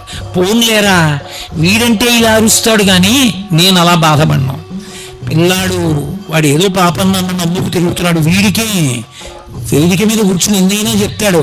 అంతరాలయంలో రోజు 6 గంటలు రోహిణీ కార్తీలు నిలబడితే తెలుస్తుంది కష్టం ఏమిటో. ఏదో ఒక్కరోజు తెలియక పెట్టాడేమో. కాబట్టి ఆయన పట్టించుకోడు, ఆయన ఉదారుడు. కాబట్టి శివుని శిరమున కాసిన్ని నీళ్లు చల్లి, కాసి నీళ్ళు ఇలా చల్లితే చాలు ఆయన పొంగిపోతాడు. పత్తిరి సుమంత నెవ్వాడు పారవయిచు. పరమ సంతోషంతో పత్రి తీసి పూజ చేసిన వాడెవరు? కార్తీక మాసంలో అయ్యో బాబోయ్ ఆయనకి 1,00,000 బిల్వార్చనలు 1,00,000 బిల్వార్చనలని బిల్వార్చన చేస్తుంటే చూసిన వాడికి ఒళ్ళు జలధరిస్తుంది. ఆ రొట్టంతా తీసుకొస్తారు గుళ్ళల్లో, కనీసం ఓ బట్ట కూడా పరసరు, నేల మీద పారేస్తారు. నేల మీద పడేస్తే పృథివీ శివలింగం ఏమైంది? అయిపోయింది పూజ. నేల మీద పడితే పూజ అయిపోయింది అంతే. ఎందుకంటే పృథివీ శివలింగం అని ఇందాకనైనా చెప్పాను, అంటే పూజ అయిపోయిందా? ఇప్పుడు అయిపోయిన పూజకి మళ్ళీ అదే పత్రి తీసి వేస్తే ఏమైంది? పునఃపూజ అయింది. పూజ ఎక్కడైంది? 2 పత్రి వేసేటప్పుడు ఒక విధానం ఉంది. చీడ పేడ పురుగు సాలెపురుగు చీమ అది చిరిగిపోవడం కానీ ముక్క విడిపోవడం కానీ ఉండకూడదు. పరమ జాగ్రత్తగా ముచికతోటి 3 ఆకులున్నవి తీసి పళ్ళెంలో పేర్చి ముచిక పైకొచ్చేటట్టుగా పట్టుకుంటే ముచిక ఒక్కటి తీసి ఇలా గుండెలకి చూపించి వేస్తే శివలింగం మీద మారేడు దళం తిరగబడితే ఐశ్వర్యం, బోర్లా పడితే జ్ఞానం, ఏం జరిగినా ఫలితం ఇచ్చేస్తుంది. అలా వెయ్యాలి మారేడు దళాన్ని. ఏది ఇంతంత రొట్ట చేతులతో ఇచ్చి ఆయన మీద విసిరేస్తారు. మీరు ఎప్పుడైనా గమనించండి, మారేడు దళాల మధ్యలో చేతులు పెట్టి కాసేపు ఉంచండి, బొబ్బలు ఎక్కుతాయి. అంత వేడి మారేడు దళం. అంత మారేడు దళాలతో గుళ్ళో ఆయన శివలింగాన్ని అంతటినీ కప్పేస్తారు. నిజంగా ఆయన ఎంత ఉడికిపోతాడు లోపల. అలా కప్పేస్తే కనీసం కనపడుతుందా? ఆయన అంతటా ఉంటాడు నిజమే. భక్తి అన్న మాటకి ఉన్నాడన్న మాట ఒకటి ఉందిగా.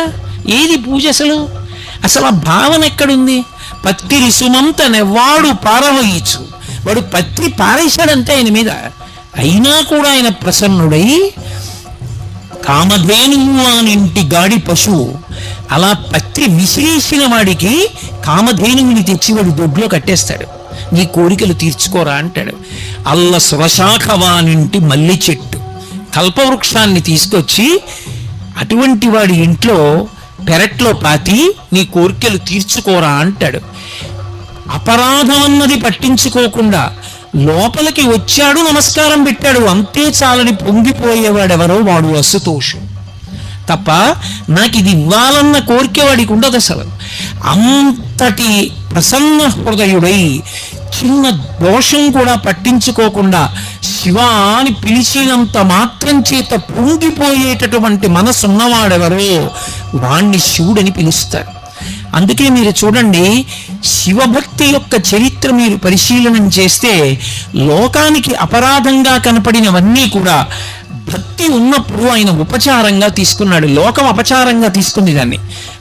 ఒకప్పుడు శివభక్తులు 63 మంది ఉన్నారు నాయనార్లు. అందులో నీలనక్క నాయనార్ అని ఒక నాయనార్. ఆ నాయనార్ పరమేశ్వరుడికి కళ్ళు మూసుకుని మారేడు దళాలు వేస్తున్నాడు. భార్య మారేడు దళాలు పేర్చి పెళ్ళం ఇస్తోంది. ఆయన ఒళ్ళో పెట్టుకుని పరవశంతో అప్పుడప్పుడు కళ్ళు మూసుకుని ఆ చివర ఉన్న ఈయన పట్టుకుని శివలింగం మీద వేస్తున్నాడు. కొంతసేపు అయిన తర్వాత ఆవిడ చూడలేదు, ఒక మారేడు దళం మీద సాలెపురుగు ఉంది. సాలెపురుగు ఆయుర్వేదంలో అన్నిటికన్నా పెద్ద విషం ఉన్న ప్రాణి సాలెపురుగే. అత్యంత ప్రమాదకరమైన ప్రాణిగా ఆయుర్వేదంలో చెప్పబడేది ఏది అంటే సాలెపురుగే. సాలెపురుగు పాకుతోంది. సాలెపురుగుకి ఒళ్ళంతా విషం. అది పాకితే చాలు దద్దుర్లు వస్తాయి. అది పాకితే కొన్నాళ్ల పాటు పోదు. అటువంటి ర్యాష్ అంటారే, అటువంటి దద్దుర్లు వచ్చేస్తాయి. అది శివలింగం మీద పాకుతోంది పెద్ద సాలెపురుగు.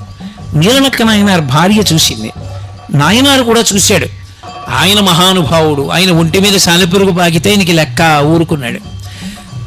నాయనార్ భార్య చూసి అనుకుంది, అమ్మో నా తండ్రి శరీరం అంత కోమలంగా ఉంటుంది, ఆయన ఒళ్ళంతా పాకేస్తోందే సాలెపురుగు, ఒళ్ళంతా ఎంత తట్లు కట్టేస్తుందో, ఎంత దురద పెడుతుందో ఆయనకని భయపడి కన్నతల్లి పిల్లవాడికి ఏదైనా ఇబ్బంది వస్తే వెంటనే తూతూ అంటుంది అని శ్రీకృష్ణ కర్ణామృతంలో లీలాశకుడు కూడా అంటాడు. ఆ తూతూ అని ఉమ్మేసి గబగబా రాసేస్తుంది ముందు వాడికి ఆ ఇబ్బంది కలగకుండా చూడ్డానికి. అలా ఆమె కన్న తల్లిలా అమ్మో శివుడికి ఎక్కడ ఇబ్బంది వస్తుందో అని చేతిలో ఉమ్మేసుకుని శివలింగానికి రాసేసింది. రాస్తే నాయనారు చూశాడు. చీ దుర్మార్గురాలా, శివలింగానికి ఉమ్ము రాశావా, ఇక నేను నా జీవితంలో నిన్ను చూడను, ఇంటి బయట వేరే ఇల్లుంది, ఆ ఇంట్లో ఉండు, ఇక నువ్వు నా కంట పడద్దు జీవితంలో అన్నాడు. ఆమె బాధపడుతూ వెళ్ళి ఆ ఇంట్లో ఉంది. రాత్రి నాయనారు వెళ్ళి పడుకున్నాడు. పరమశివుడు కల్లోకి వచ్చాడు. ఒళ్ళంతా దద్దుర్లే, ఒక్క చోట దద్దుర్లు లేవు. అడిగిపోయి నాయనారు అడిగాడు, శివ ఏమిటి మీ ఒళ్ళంతా దద్దుర్లని అడిగాడు. నువ్వు మారేడు దళానికి సాలెపురుగు ఉండగా చేసేసావుగా పూజ, అది నా ఒళ్ళంతా పాకింది, ఒళ్ళంతా దద్దుర్లు వచ్చాయి. ఇక్కడ ఒక్క చోట దద్దురు ఎందుకు లేదో తెలుసా, నా ఒళ్ళు దద్దుర్లు ఎక్కుతోందని బెంగ పెట్టుకుని మీ ఆవిడ ఉమ్ము రాసింది. భక్తితో మీ భార్య ఉమ్ము రాసిన చోట దద్దురు ఎక్కలేదు, నీ చేసిన పూజకి ఒళ్ళు దద్దుర్లు ఎక్కిందన్నాడు. శివ ఎంత తప్పైందో నాకు అర్థమైంది, నన్ను మన్నించు శంకరా అని వెళ్ళి భార్యను తీసుకొచ్చి ఏలుకున్నాడు. కాబట్టి అసుతోషుడు ఏ పని చేశారన్నది కాదు, ఆయన అందులో ఉండేటటువంటి భక్తిని చూస్తాడు. వాడు భక్తితో చేశాడా ఈ పని, పొంగిపోతాడంతే. అందుకే అసుతోషుడని పిలుస్తారు. అందుకే మీరు 63 మంది నాయనార్ల చరిత్ర చదివినా, పరమశివుని యొక్క కథలు చదివినా, శివమహాపురాణం చదివినా మీకు ప్రబలంగా కనపడేది ఏమిటి అంటే, శివుని విషయంలో భక్తితో మీరు చేసిన ఒక్క నమస్కారమైనా సరే ఆయన్ని సజ్జోజాతుణ్ణి చేస్తుంది. అంటే ఉత్తర క్షణంలో అనుగ్రహాన్ని కల్పిస్తుంది. అటువంటి ఉదారుడు ఆయన. అందుకే శంకరాచార్యుల వారి శివానంద లహరి చేస్తూ ఓ మాట అంటారు, మార్గావర్తిత పాదుకా పశుపతే రంగస్య కూర్చాయతే గండూషాంబురిషేచనం దివ్యాభిషేకాయతే కించిద్భక్షితమాంసశేషకబలం నవ్యోపహారాయతే భక్తి కిం న కరోత్యహో మంచరు భక్త్యావతం సహాయకే. తిన్నడు కేవలం కిరాతుడు, ఆయనకేం తెలియదు. అటువంటి వాడు వేట కోసం తిరిగాడు, మంచి ఆకలేసేసింది. ఆఖరికి బలిసిన అడవి పంది ఒకటి దొరికింది. బాణాలు పెట్టి కొట్టారు, అది పడిపోయింది. పడిపోయిన తర్వాత తిరిగి ఉన్నాడేమో, ఒళ్ళంతా మురికి పట్టేసింది, చెమట పట్టేసింది. స్నేహితులు అన్నారు, రే ఆకలేసేస్తోందిరా, గబగబా 4 ఎండుకర్రలు తెచ్చి అగ్నిహోత్రం రగల్చి పందిని కాలుస్తాం. కాల్చాక కత్తి పెట్టి కోసి మాంసం తినేద్దాం అన్నారు. ఆయన అన్నాడు, మీరు పందిని కాలుస్తూ ఉండండి, నేను ఇప్పుడే ఒక్కసారి లోపలికి వెళ్ళి ఆ ఏట్లో స్నానం చేసి వస్తా, ఒళ్ళు మురిగ్గా ఉంది అని ఏట్లో స్నానం చేద్దామని వెడుతున్నాడు. కాళహస్తీశ్వర లింగం కనపడింది. అప్పట్లో తెల్లవారుజామున బ్రాహ్మణుడు వచ్చి పూజ చేసి వెళ్ళిపోయేవాడంతే. శివలింగం వంక చూశాడు. శివా, ఎప్పుడు తిన్నావు, ఎంత ఆకలిస్తుందో, శంకర నీకు తెచ్చి నేను అన్నం పెడతానన్నాడు. ఆయనకి ఏం తెలుసు, ఆయన తినేదే శంకరుడికి పెడతాననుకున్నాడు. గబగబ గబగబా వెళ్ళాడు. అడవి పందిని కాల్చి కోసి ఒక్కొక్క ముక్క తీసి కొరికి చూశాడు వివిధ శరీర భాగాల్లోంచి. ఒక చోట ముక్క రుచిగా అనిపించింది. ఆ ఎంగిలి ముక్క తన ఉమ్ముతో ఉన్నదాన్ని పట్టుకున్నాడు. ఆ శివా, నీకు ఈ ముక్క పెడతాను తిందువుగానివి అని ఆ ముక్క పట్టుకుని పరిగెడుతున్నాడు గుడికి. ఇంతలో గుర్తొచ్చింది, శివుడికి అలవాటు ఉంది, స్నానం చేస్తే కానీ తినడం. నేను ఎలా స్నానం చేశాను, నేను ఎప్పుడు చేయను, అలాంటిది ఇవాళ స్నానం చేశా అంటే తినడు. నా గురించి కాదు, తిన్నడు, స్నానం చేశాడు ఆ రోజున. శివుడు స్నానం చేస్తే కానీ తినడు. కాబట్టి ఆయనకి నీళ్లు పోయాలి, అభిషేకం చేయాలి. అభిషేక మంత్రాలు నాకు రావు, ఏదో కాసి నీళ్లు పోస్తాయి నెత్తి మీద. అందుకని నీళ్లు పట్టుకెళ్ళాలని గబగబా ఓ పిడత ఒకటి చూశాడు. ఎక్కడన్నా దొరుకుతుందా అని వెతికాడు, ఎక్కడ పిడత కనపడలేదు. ఏమిటి లోపల బెంగ, ఆకలితో ఉన్నాడు ఆయన. పాపం అన్నం పెట్టాలి, ఈ పిడతల కోసం గిన్నెల కోసం వెతుక్కుంటే అన్నం ఎప్పుడు తింటాడు? అందుకని గబగబా వెళ్ళాడు. ఓ చేతిలో ధనస్సుంది, ఓ చేతిలో ఎంగిలి మాంసం ముక్కుంది. ఎలా పట్టుకెడతాడు నీళ్లు? అర్థం కాలేదు. ఆ చేతిలో ఉన్నటువంటి మాంసం ముక్క అక్కడ పెట్టి కాసి నీళ్ళు ఇలా తీసి నోట్లో పట్టుకున్నాడు. నోటి నిండా నీళ్లు పట్టుకుని ఇప్పుడు ఆ చేతిలో ఉన్న మాంసం ముక్క పట్టుకుని పరిగెత్తుకుంటూ గుడిలోకి వెళ్ళాడు. ఆయనకు అలవాటు ఉంది, శివలింగం మీద పూజ చేసినటువంటి పువ్వుల్ని చేత్తో తీయకూడదు. మర్నాడు నిర్మాల్యం తీసేటప్పుడు కూర్చతో తీయాలి అని నియమం. కూర్చ అంటే మెత్తటి బ్రష్ వాడతారు, చాలా మెత్తగా ఉంటుంది. అటువంటి దాంతో ఉత్తరాభిముఖంగా నిర్మాల్య విసర్జనం చెయ్యాలి అని. ఆ బ్రష్ ఎక్కడుంది ఇప్పుడు ఆయన దగ్గర? తిరిగి తిరిగి తిరిగి తిరిగి తిరిగి నా చెప్పులు మెత్తబడిపోయి దీంతో తీసేస్తానన్నాడు. మార్గావర్తిత పాదుకా పశుపతే రంగస్య కూర్చాయతే.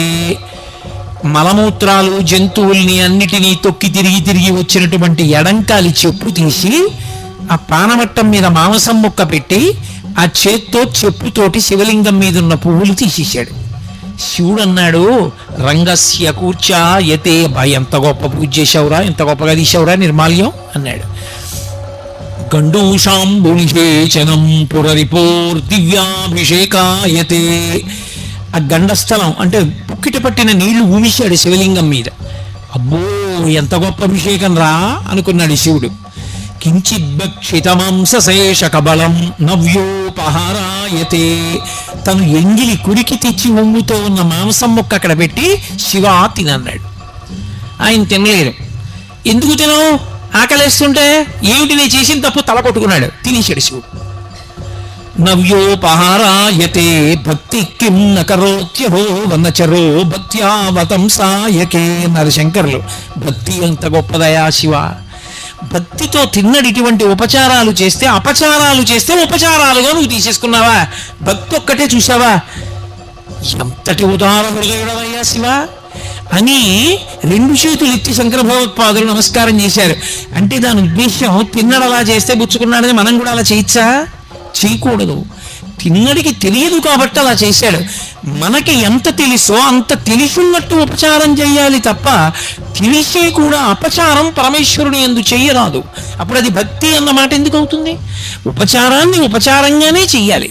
కాబట్టి ఆ భక్తి ఉందనుకోండి, ఆయన ఎంత లొంగిపోయాడు నిజంగా. పరమశివుని యొక్క రూపంలో ఒక చమత్కారం ఉంటుంది. ఆయన ఒక చేతిలో పరశువు పట్టుకుంటాడు, పరశువు అంటే గండ్రగొడ్డలి, ఒక చేతిలో జింక పట్టుకుంటాడు. ఆయనకి మూడో కన్ను అగ్నిహోత్రం, ఆయన తల మీద గంగమ్మ ఉంటుంది జటాజూటంలో. నిజంగా పరమశివుడు తినాలనుకున్నాడు అనుకోండి, ఆయన తినడం ఎంత తేలిక. మాంసం తినడం దూర్జటి కాళహస్తీశ్వర శతకంలో దెప్పి పొడిచాడు. అసంతోషుడు శివుడు ఎందుకయ్యాడో చెప్తూ, నీకు మాంసము వంచయేని కరువా, నీ చేత లేడుండగా జోకైనట్టి కుఠారముండ అనల జ్యోతుండ నీరుండగా పాకం గొప్ప ఘటించి చీతి పునుకన్ భక్షింపక బోయచే చేకుంటెంగిలి మాంసమిట్లు తగునా శ్రీకాళహస్తీశ్వర. నీకు మాంసము వాంఛయేని కరువా. ఈశ్వరా, నీకు మాంసం తినడం అంటే నాకు కరువా? ఏమిటయా తినడం? ఎగిరి మాంసం ముక్క పట్టుకొచ్చి తినని పెడితే తినేసావా? నిజంగా నీకు తినాలనిపించింది అనుకో, లేచి వంటింట్లో కూడా నువ్వు వెళ్ళక్కర్లా. ఈ చేతిలో ఉన్న గొడ్డలతో ఈ చేతిలో ఉన్నటువంటి జింకను దెబ్బ కొట్టి ఇంత మాంసం ముక్కోటి పీకి చేతిలో ఉన్న బ్రహ్మకపాలంలో పడేసి పైన గంగమ్మ కాస్త నీళ్లు అందులో పోసి 3వ కన్నా అగ్నిహోత్రం మీద ఉడకేసుకుని నోట్లో పడేసుకోవచ్చు. లేచి కూడా వెళ్ళక్కర్లా. అటువంటిది ఇలా తినడం మానేసి బోయవాడు తెచ్చిపెట్టిన ఎంగిలి మాంసం తిన్నావా అంటే అసుతోషుడు. ఒక్క శివుడి విషయంలో ఉండే లక్షణం ఏమిటంటే అదే లక్షణం అమ్మవారి విషయంలో ఉంటుంది. ఏమీ తెలియని వాడు ఉంటాడు, పెద్దింటమ్మా అంటాడు, వీరి బయట ఓ చిన్న రాయి ఎడతాడు, దానికే పసుపు రాస్తాడు, బొట్టెడతాడు, దానికే ఓ నమస్కారం పెడతాడు, ఒప్పుకుంటుంది ఆవిడ. ఆయన ఎంత దయామయుడో ఆవిడెంత దయామయి. ఆయన అసుతోషుడు, ఎవడికి ఎంత తోస్తే ఎంత ఉపచారం చేస్తే దానికే పొంగిపోతాడు తప్ప నాకు ఇది తేమాలి, నాకు ఇది చెయ్యాలి అలా ఏం ఉండదు శివుడి విషయంలో. అందుకే నమశివాభ్యాం సరసోత్సవాభ్యాం. ఆయనకి చేసే ఉత్సవాలు కూడా ఎటువంటివో తెలుసా? ఆయన కోసం ఉండే ఉత్సవాలు, మన కోసం ఆయన వస్తాడు. కార్తీక మాసంలో కార్తీక పౌర్ణమి నాడు జ్వాలాతోరణం చేస్తారు. ఆయన కర్మ అండి. ఆయన్ని ఉత్సవం అని చెప్పి మాడవీధుల్లో వెంకటేశ్వర స్వామి వారిని వాహనాలకి ఊరేగించినట్టేమో ఆయనకేం పెద్ద పెద్ద ఊరేగింపులు అవి చేయరు. ఆయనకి చేసే ఉత్సవం ఏమిటంటే ఆవిరిగడ్డి తీసుకొచ్చి పెద్ద తోరణం కట్టి దానికి అగ్నిహోత్రం వెలిగిస్తారు. ఆ తోరణం మండిపోతుంటే దాని కింద నుంచి పల్లకీలో ఈయన్ని పట్టుకెడతారు. మధ్యలో పడితే పైనుంచి ఆయన మీద పడదు. ఎందుకు ఆయన జ్వాలా తోరణం కింద నుంచి తిప్పడం అంటే, శరీరం విడిచిపెట్టిన తరువాత పాపములు చేసిన వాడికి యమలోకంలో జ్వాలాతోరణం దర్శనమిస్తుంది. అగ్నితోరణంలోంచి లోపలికి వెళ్ళాలి యమలోకంలోకి. అది మహాబాధ. నువ్వు ఎన్ని పాపాలు చేసినా కార్తీక మాస పౌర్ణమి నాడు నీకోసం నేనొస్తా, నేను పెడతా జ్వాలాతోరణం కింద, నా వెనక నువ్వు వస్తే ఇంక నువ్వు ఆ జ్వాలాతోరణం చూడక్కల్లా, ఈ జ్వాలాతోరణంతో సరి అని మన కోసమని తానొస్తాడు. ఆయన కర్మ, ఆయన రావాల్సిన అవసరం ఏమిటి జ్వాలాతోరణం కిందకి? మన కోసమని తానొస్తాడు. అందుకని నమశివాభ్యాం సరసోత్సవాభ్యాం. ఆయన ఉత్సవాలు మన కోసం, ఆయన కోసం కాదు. అంతటి మహితాత్ముడైన. కాబట్టి అటువంటి శంకరుడికి 4 యామముల యందు 4 యామముల యందు పూజ జరిగేటటువంటిది మహాశివరాత్రి. మహాశివరాత్రి అన్న తిథికి ఉన్న గొప్పతనం ఏమిటంటే అర్ధరాత్రి 12 గంటల వేళ కటిక చీకట్లో శివలింగం ఆవిర్భవించింది. మనకి ఇటుపక్క ఏ దేవాలయాల్లోనూ లింగోద్భవమూర్తి ఉండదు. ఇప్పటికీ మీరు అది చూడాలి అంటే శ్రీకాళహస్తి దేవాలయం వెనక్కి వెడితే వెనక గోడ మీద కనపడుతుంది లింగోద్భవమూర్తి. అంటే లింగంలో శివుడు ఉంటాడు. తల కనపడదు, పాదాలు కనపడవు. తల దగ్గర హంస వెడుతూ ఉంటుంది, పాదముల దగ్గర ఒక వరాహము అడవి పంది వెడుతూ ఉంటుంది. ఎందుకలా అంటే ఆయన ఆపాతాళ నభస్థలంత భువన బ్రహ్మాండమా విస్ఫుర జ్యోతిస్పాటిక లింగమౌళి విలసత్పూర్ణిందు అంతామృతై. కటిక చీకట్లో ఒక జ్యోతి స్తంభం ఏర్పడింది. చీకట్లో అంత పెద్ద జ్యోతి స్తంభం లేచిందనుకోండి, ఎంత వెలుతురు వస్తుంది? లోకం అజ్ఞానంలో ఉంటే అజ్ఞానపు చీకట్లు పోకార్చడానికి అంత పెద్ద జ్యోతి స్తంభం పాతాళం కన్నా కింద నుంచి అభస్థలంత భువన బ్రహ్మాండమా విస్ఫురత్, పైలోకాలు ఎక్కడి వరకు ఉన్నాయో వాటిని దాటి పెరిగిపోయింది. అంత పెద్ద జ్యోతి స్తంభమే శివలింగము. అంత పెద్ద దాన్ని పూజ చేయడం బ్రహ్మ విష్ణువులకు సరిపోలేదు. విష్ణువు వరాహమూర్తి భూమిని తొలుచుకుంటూ కిందకి వెళ్ళారు. ఎంత వెళ్ళినా పాదాలు కనపడలేదు. హంసవాహనం ఎక్కి బ్రహ్మగారు వెళ్ళాడు పైకి, ఆయనకి తల కనపడలేదు. అంటే పరమశివుని యొక్క వ్యాపకత్వమును బ్రహ్మ విష్ణువులకు తెలియలేదు. ఆయన ఎంత వ్యాపించి ఉంటాడన్నది చెప్పగలిగిన మనగాళ్ళం మనమా? చెప్పలేము. కానీ అంత నిండిపోయిందనుకోండి, ఎలా చూస్తాం ఈ మాంసనేత్రంతో? ఎలా చేస్తాం పూజ? అందుకని అది తరిగిపోయి కిందకు వచ్చేస్తే లింగం అవుతుంది. అందుకే లింగం చతురస్రాకారంగా ఉంటే పడుకుందంటారు. కంచిలో ఇప్పటికీ పడుకున్న లింగాలు, కూర్చున్న లింగాలు, నిలబడిన లింగాలు అని ఉంటాయి.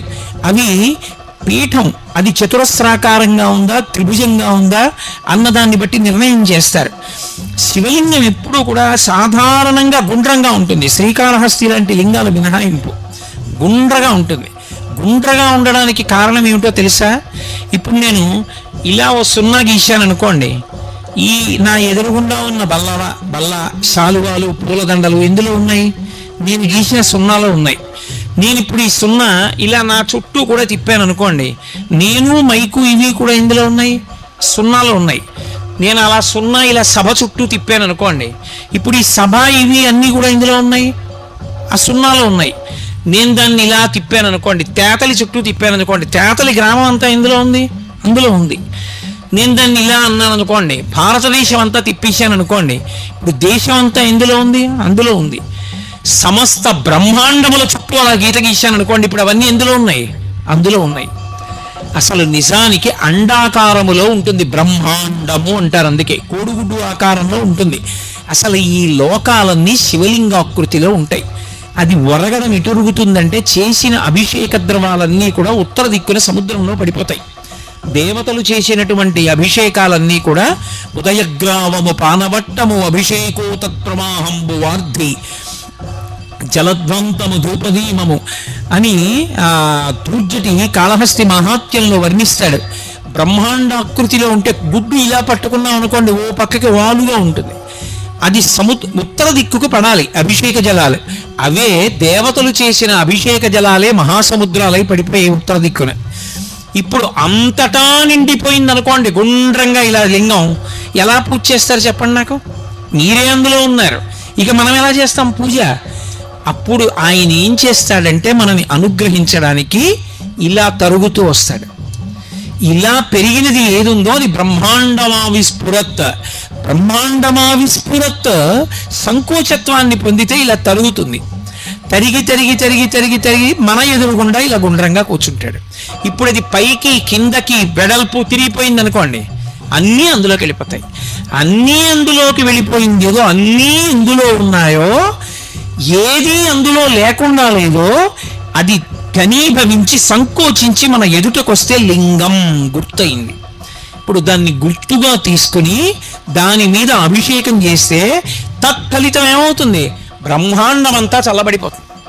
అందుకే ఒక్కడు శివలింగాన్ని సక్రమంగా అభిషేకం చేసేవాడు ఉంటే లోకమంతా చల్లబడిపోతుంది. అందుకే అది చల్లగా ఉండడానికే పైన చంద్రబింబం నుంచి అమృతధార పడినట్టు ధారాపాత్ర కట్టి వెళ్ళిపోతారు.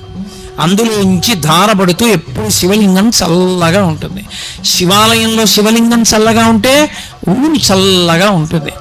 మహాశివరాత్రి అంటే లోకములను అనుగ్రహించడానికి, లోకములకు జ్ఞానం ఇవ్వగలిగిన వాణ్ణని చెప్పడానికి, ఎవరి కోర్కెనైనా తీర్చగలిగిన వాణ్ణని చెప్పడానికి లింగస్వరూపంతో ఆపాతాళ నభస్థలంత భువన బ్రహ్మాండమా విస్ఫుర జ్యోతిస్ఫాటిక లింగమౌళి విలసత్పూర్ణేందువంతామృతై, అంతటా నిండిపోయినవాడు, ఇవేమీ కానివాడు, వీటిలా కనపడేవాడు.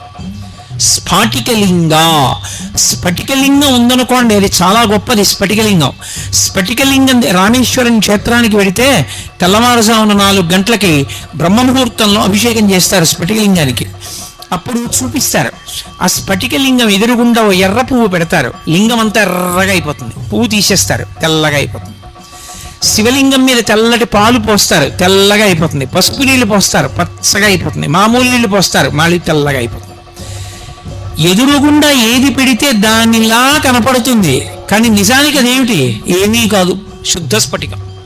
అలా అంతటా నిండిపోయినటువంటి పరమేశ్వరుడు నిర్గుణుడు, కానీ ఎలా చూస్తే అలా కనపడుతూ ఉంటాడు. అది స్ఫాటికలింగ. అలా పెరిగిపోయినటువంటి శివలింగాన్ని ఆ కాలమునందు మహాశివరాత్రి సమయంలో ఎవడు ధ్యానిస్తాడో, ఎవడు దర్శిస్తాడో, ఎవడు శివనామం చెప్తాడో, ఎవడు భక్తితో పూజ చేస్తాడో, ఎవడు ఆ రోజున ఉపవసిస్తాడో, ఎవడు జాగరణ చేస్తాడో.